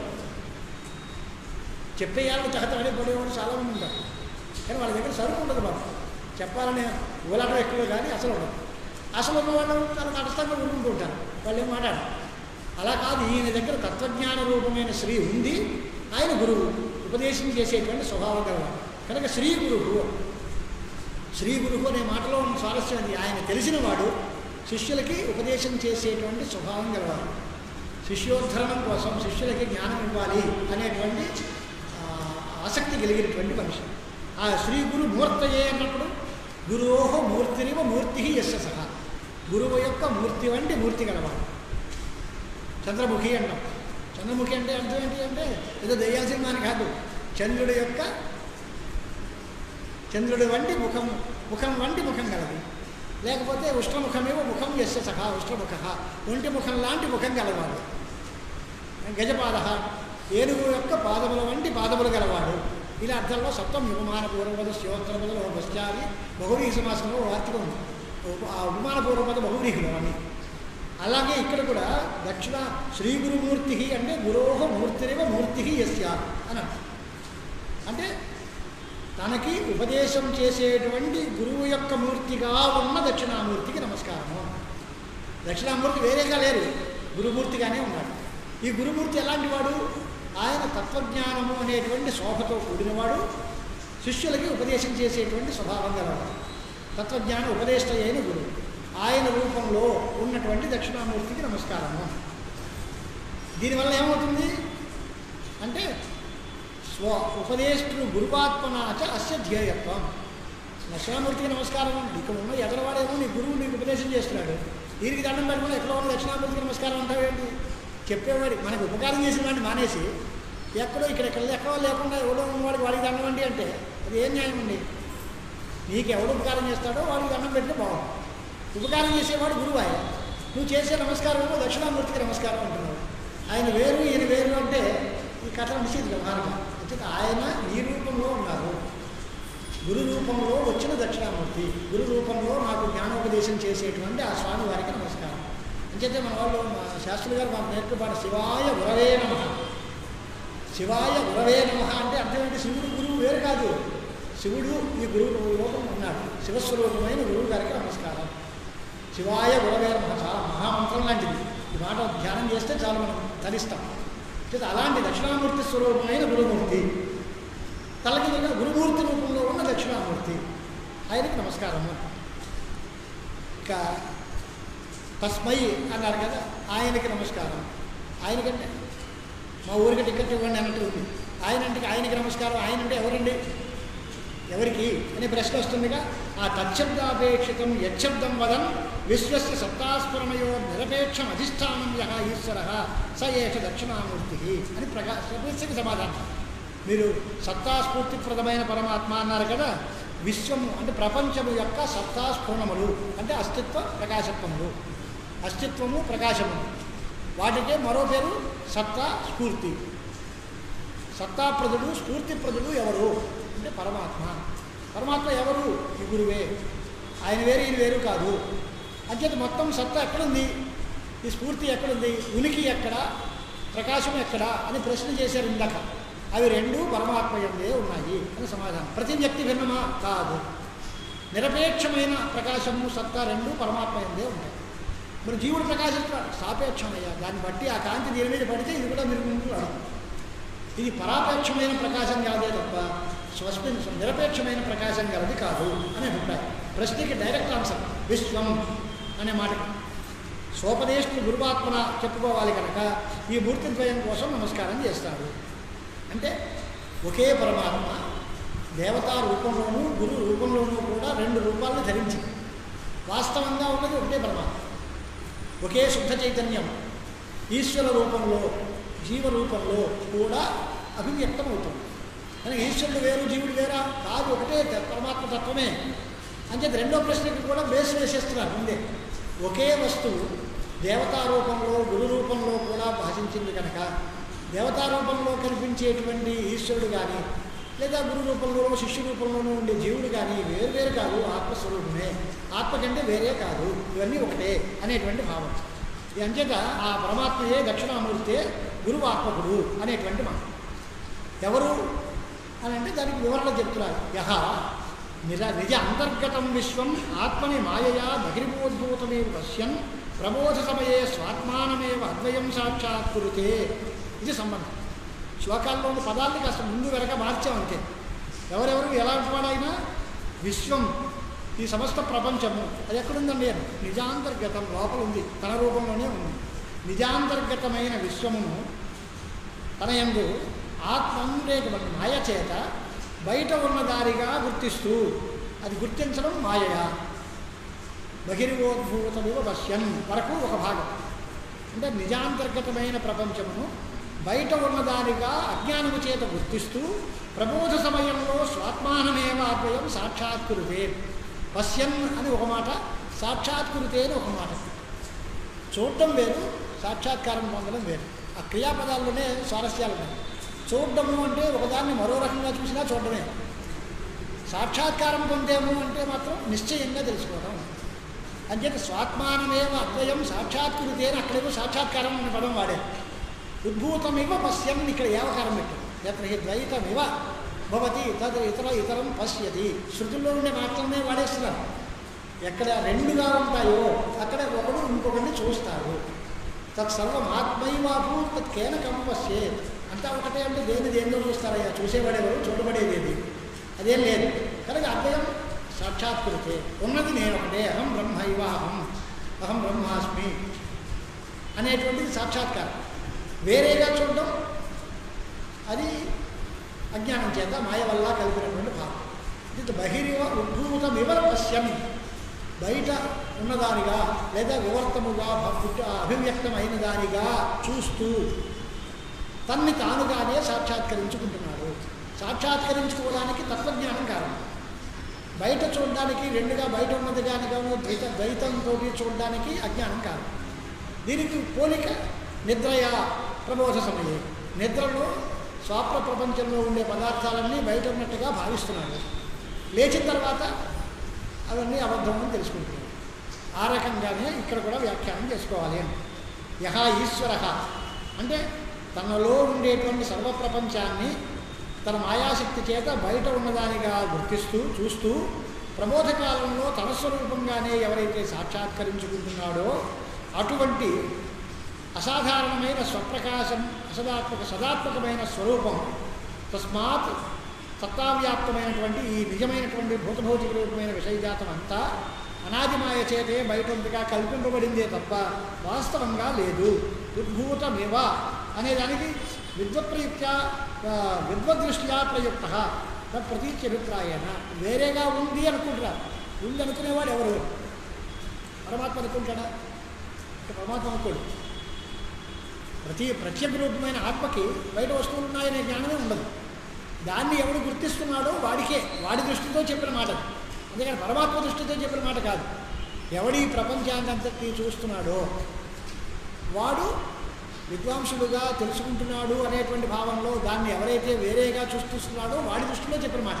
పరమాత్మ దృష్టిలో ఇదంతా ఏమీ లేదు. నిరస్త సర్వోపాధికం బ్రహ్మ, సర్వోపాధి వర్జితమైనటువంటి పరమాత్మ స్వరూపంగానే వస్తుగత్యా అనుభూతమేవ ఉద్భూతం పశ్యన్ అంటే అభివ్యక్తం కాకుండా అసలు లేకుండా ఏకరూపంగా సచ్చిదానంద సుఖాత్మకంగా ఉండేటువంటి పరమాత్మ వస్తువే ఉద్భూతమైనట్టు, ప్రకటితమైనట్టు, అభివ్యక్తమైనట్టు చూస్తున్నారు అని అర్థం. ఇవ అనే శబ్దం ఒకటి ఉంది కదా, ఆ యువ శబ్దం వల్ల దేని తెలుస్తుంది అంటే దృశ్య ప్రపంచం అంతా మాయామయము అనే విషయం తేలిపోతుంది. దానిలాగా అన్నట్టు అంటే లేనట్టే, లేనిది ఉన్నట్టుగా, లేని వస్తువు ఉన్నట్టుగా చూడడానికి మాయామయత్వం అనే మాట ఉంటుంది. అది జ్ఞాన నివర్తనం కదా, అది ఎలా పోవాలి? ఉన్నట్టుగా అంటే లేదండి అని. లేదయ్యా, లేదని ఎప్పుడు తెలిసిందండి? ప్రబోధ సమయంలో తెలిసిన తర్వాత, లేచిన తర్వాత నిద్రలో ఉన్న అబద్ధాలన్నీ బయటపడినట్టుగా ప్రబోధకాలంలో అంటే ఆచార్యోపదేశము, మహావాక్యార్థ సాక్షాత్కారము అవన్నీ కలిగిన తర్వాత దేవతానుగ్రహం చేత గురు కటాక్షం వల్ల వీడు ఉపనిషత్ వాక్యాలు బాగా మననం చేసుకుంటే వాడికి అప్పుడు తెలుస్తుంది. అప్పుడు ఇదంతా అబద్ధము, ఈ ప్రపంచం లేదు, మిథ్యాభూతము అనేటువంటి తెలుస్తుంది. కనుక అలాంటి సాక్షాత్కారం ఎవరికైతే ఉందో అలాంటి గురుమూర్తికి నమస్కారం. లేని వస్తువు కనపడడం ఏంటండి అని అసత్ప్రపంచం అంటున్నారుగా. అసత్ప్రపంచం కనపడడం ఎలాగా? బహిర్భూతం పశ్యన్ ఎలాగా అంటే దృష్టాంతం చూపిస్తున్నారు. దర్పణ దృశ్యమాన నగరీతుల్యం. ఈ విశ్వం, ఈ ప్రపంచం ఎలాంటిది? దర్పణంలో కనపడేటువంటి నగరి లాంటిది. దర్పణంలో కనపడే నగరి అబద్ధమని మనకు తెలుసు. దాని లాంటిదే జాగ్రత్త ప్రపంచం కూడా అని చెప్పడం ఉద్దేశం. మనకేంటి భ్రాంతి? జాగ్రత్త కాలంలో కనిపించే వస్తువులన్నీ నిజమని, స్వప్నంలో కనపడే వస్తువులన్నీ అబద్ధమని. ఈ తేడా ఉంది మనకు. అది అబద్ధమైతే ఇది అబద్ధం ఎందుకు కాకూడదు? కొన్ని ఇది నిజమైతే అది ఎందుకు నిజం కాకూడదు? ఈ రెండింటిలో ఒకటి నిజమని ఒకటి అబద్ధమని ఎందుకు తేడా చెప్తున్నారు? అంటే అది కాదంటే అది నిద్ర వల్ల, ఇది అజ్ఞానం వల్ల వచ్చింది. ఇది దీర్ఘ నిద్ర, ఇది అజ్ఞానమే కదా. ఈ అజ్ఞానం కూడా పెద్ద నిద్ర లాంటిదే. ఈ అజ్ఞానం వల్ల జాగ్రత్త ప్రపంచం ఏర్పడింది. నిద్ర వల్ల కల్పింపబడిన కళలోని వస్తువులు నిజం కానప్పుడు జాగ్రత్త కాలంలో అజ్ఞానం వల్ల కల్పబడిన వస్తువులు నిజం ఎలా అవుతాయి అనేది మన ఆరోపణ. అంచేత విశ్వం పశ్యన్ అద్వయమాత్మానం సాక్షాత్కరితే అనేటువంటి మాట దగ్గర శాస్త్రజ్ఞులైతే లక్షణహేత్వ క్రియాయాని లక్షణార్థకము హేత్వర్థకము అయినటువంటి శత్రుప్రత్యయాలు ఉన్నాయి. కానీ ఇక్కడ అది కాదు అంటారు. లక్షణార్థకము కాదు, హేత్వర్థకము కాదు. మరి ఎలాంటిది అంటే క్రియాద్వయ నైరంతర్యం చెప్పడం. తిష్టం గాయతి, తిష్టం గాయతి నించుని పాడుతున్నాడు. నించుని పాడటము అనే మాటకి అర్థం తిష్టం అనేది ఒక క్రియ, గాయతి అనేది మరో క్రియ. ఈ క్రియలు రెండింటికి ఏమర్థం? నిరంతరం నించోవడము పాడటము రెండు సైమల్టేనియస్గా జరిగిపోతున్నాయి. నించుని తర్వాత పాడుతున్నాడు అని అర్థం కాదు. అయితే నించున్నాడు, పాడుతున్నాడు, పాడటము నించోవడము రెండు ఏకకాలంలో అవుతున్నాయి. అలాగే ఇక్కడ కూడా పశ్యం సాక్షాత్కరితే, దాన్ని వేరేగా చూస్తున్నాడు, తనే అనుకుంటున్నాడు. వేరేగా చూడడం ఎలాగా అజ్ఞానం చేత.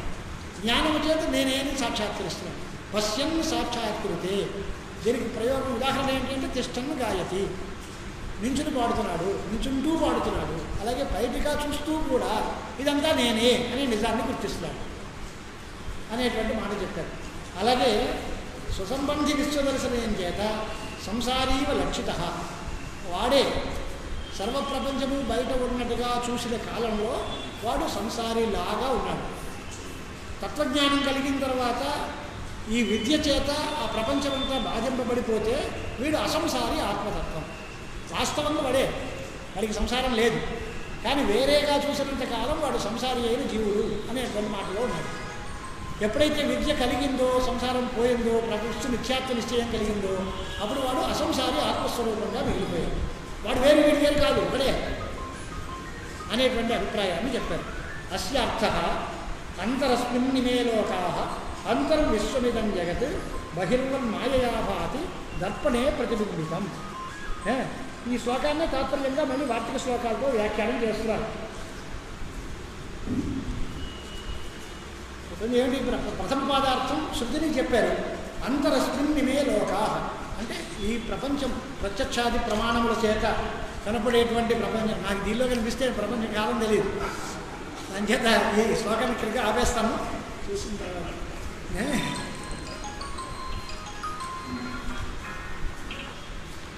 ఈ లోకములన్నీ ప్రత్యక్షాది ప్రమాణముల చేత మనకి అనుభవంలో ఉన్నాయి, విశ్వశబ్దం చేత కనిపిస్తున్నాయి. ఇవన్నీ కూడా అస్మిన్నంతః సంతి అంటే పరమాత్మలోనే ఉన్నాయి, వాటికంటే వేరేగా స్వతంత్రములుగా లేవు అని అర్థం. ఈ విశ్వమంతా కూడా సర్వమైన విశ్వము, సమస్త ప్రపంచము కూడా దీనిలో ఒకదాన్ని సంకోచం చేసి జీవుడు మాత్రం దానిలో ఉన్నాడు, జగత్తు వేరేగా ఉండిపోయింది, లేదా జగత్తును విశ్వంలో ఉండిపోయింది, జీవుడు వేరేగా ఏమీ తేడా లేవు. పూర్తి సంకోచాలు ఏమీ లేకుండా బ్రహ్మైవ ఇదం సర్వం, ఆత్మైవ ఇదం సర్వం, సర్వం ఖల్విదం బ్రహ్మ, మొత్తం అంతా బ్రహ్మే. బ్రహ్మ కంటే వేరేగా ఎక్కడ జీవంత కూడా ఏమీ వస్తువు వేరేగా లేదు అనేటువంటి మాట. ఇదం విశ్వం దర్పణే ప్రతిబింబితమేవా దర్పణాంతర్గతమేవ అంతస్థమేవ విశ్వం. బయటకు ఎందుకు వచ్చింది? మాయయా బహిరివ ఆభాతి అని. స్వప్నే స్వాంతర్గతం విశ్వం యథా పృథగవక్షతే తథైవ జాగ్రత్తకాలేన ప్రపంచోయం వివిచ్యతాం. అదే మాటల్ని మళ్ళీ ఉపసంహారం చేస్తున్నారు. దాన్ని రేపటితోటి ప్రథమ శ్లోకం పూర్తవుతుంది మనకి. ఇలాగ కొంచెం వివరంగానే శ్లోకాలన్నింటినీ చెప్పుకుంటే టైం పట్టినా మరోసారి కూడా టైం తీసుకున్నా విశేష వివరణం వల్ల మనకి విజ్ఞానం పెరుగుతుంది అనేది అభిప్రాయం. ఈ శ్లోకాల తాత్పర్యం చెప్పేసి అంతా ఒకటేనండి అంటే అయిపోతుంది, ముగించేయడం. కానీ ప్రశ్నలు ఏంటి, ప్రశ్నలకి సమాధానం ఎలా వస్తున్నాయి అది జాగ్రత్త మనసు దృష్టి పెట్టుకుని చదువుకుంటే మనకి బాగుంటుంది. మొదటి శ్లోకానికి ఇంచుమించులో వివరణ పూర్తయింది. తర్వాత శాస్త్రీయమైన ఉపపాదన చేస్తారు. జాగ్రత్త ప్రపంచం మిథ్య, విశ్వమిథ్యాత్వం, బ్రహ్మ సత్యం, జగన్మిథ్య అని చెప్పాలి. బ్రహ్మైవ ఇదం సర్వం అని చెప్పాలి. కనిపించే ప్రపంచమంతా బ్రహ్మే, ఈ విశ్వమంతా మిథ్య. విశ్వమిథ్యాత్వం ఎలా సిద్ధిస్తుంది, జాగ్రత్త ప్రపంచం మిథ్య అనడం ఎలాగా అంటే స్వప్న దృష్టాంతంతో సూక్ష్మంగా చెప్పారు. దాన్ని ఉపపాదనతో యుక్తులతో సాధించి స్వప్న ప్రపంచం ఎలా అయితే అబద్ధమో జాగ్రత్త ప్రపంచం కూడా అలా అబద్ధమే. స్వప్న ప్రపంచానికి మనస్సే కారణం, అలాగే జాగ్రత్త ప్రపంచానికి పరమాత్మే కారణం. అది దీని యందే ఉంది. జాగ్రత్త ప్రపంచం వేరేగా ఉందా? వేరేగా లేదు. బ్రహ్మ ఉనికి బ్రహ్మయందే ఉంది, ప్రకాశము బ్రహ్మయందే ఉంది. ఈశ్వరుడు జీవుడు అనేవి వాస్తవాలు కాదు, కల్పితములు. వాస్తవంగా ఉన్నది పరమాత్మ స్వరూపం ఒకటే. అలాంటి వారు ఎక్కడ ఎలా కనిపిస్తున్నారు? మాకు గురుమూర్తి అయిన దక్షిణామూర్తిలో కనిపిస్తున్నారు. వారికి నమస్కారం. తస్మై శ్రీ గురుమూర్తయే నమైదం, శ్రీ దక్షిణామూర్తయే హరి ఓం.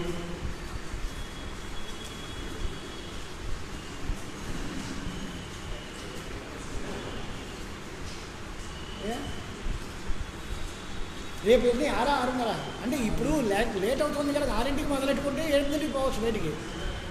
మీరందరూ ఎలా సౌకర్యం అంతే అలాగే 6:30 to 8. రేపు ఇంత లేట్ చేయాలండి, 8ంటికి ఆపేద్దాం కరెక్ట్గా. ఎక్కడుంటే అక్కడే.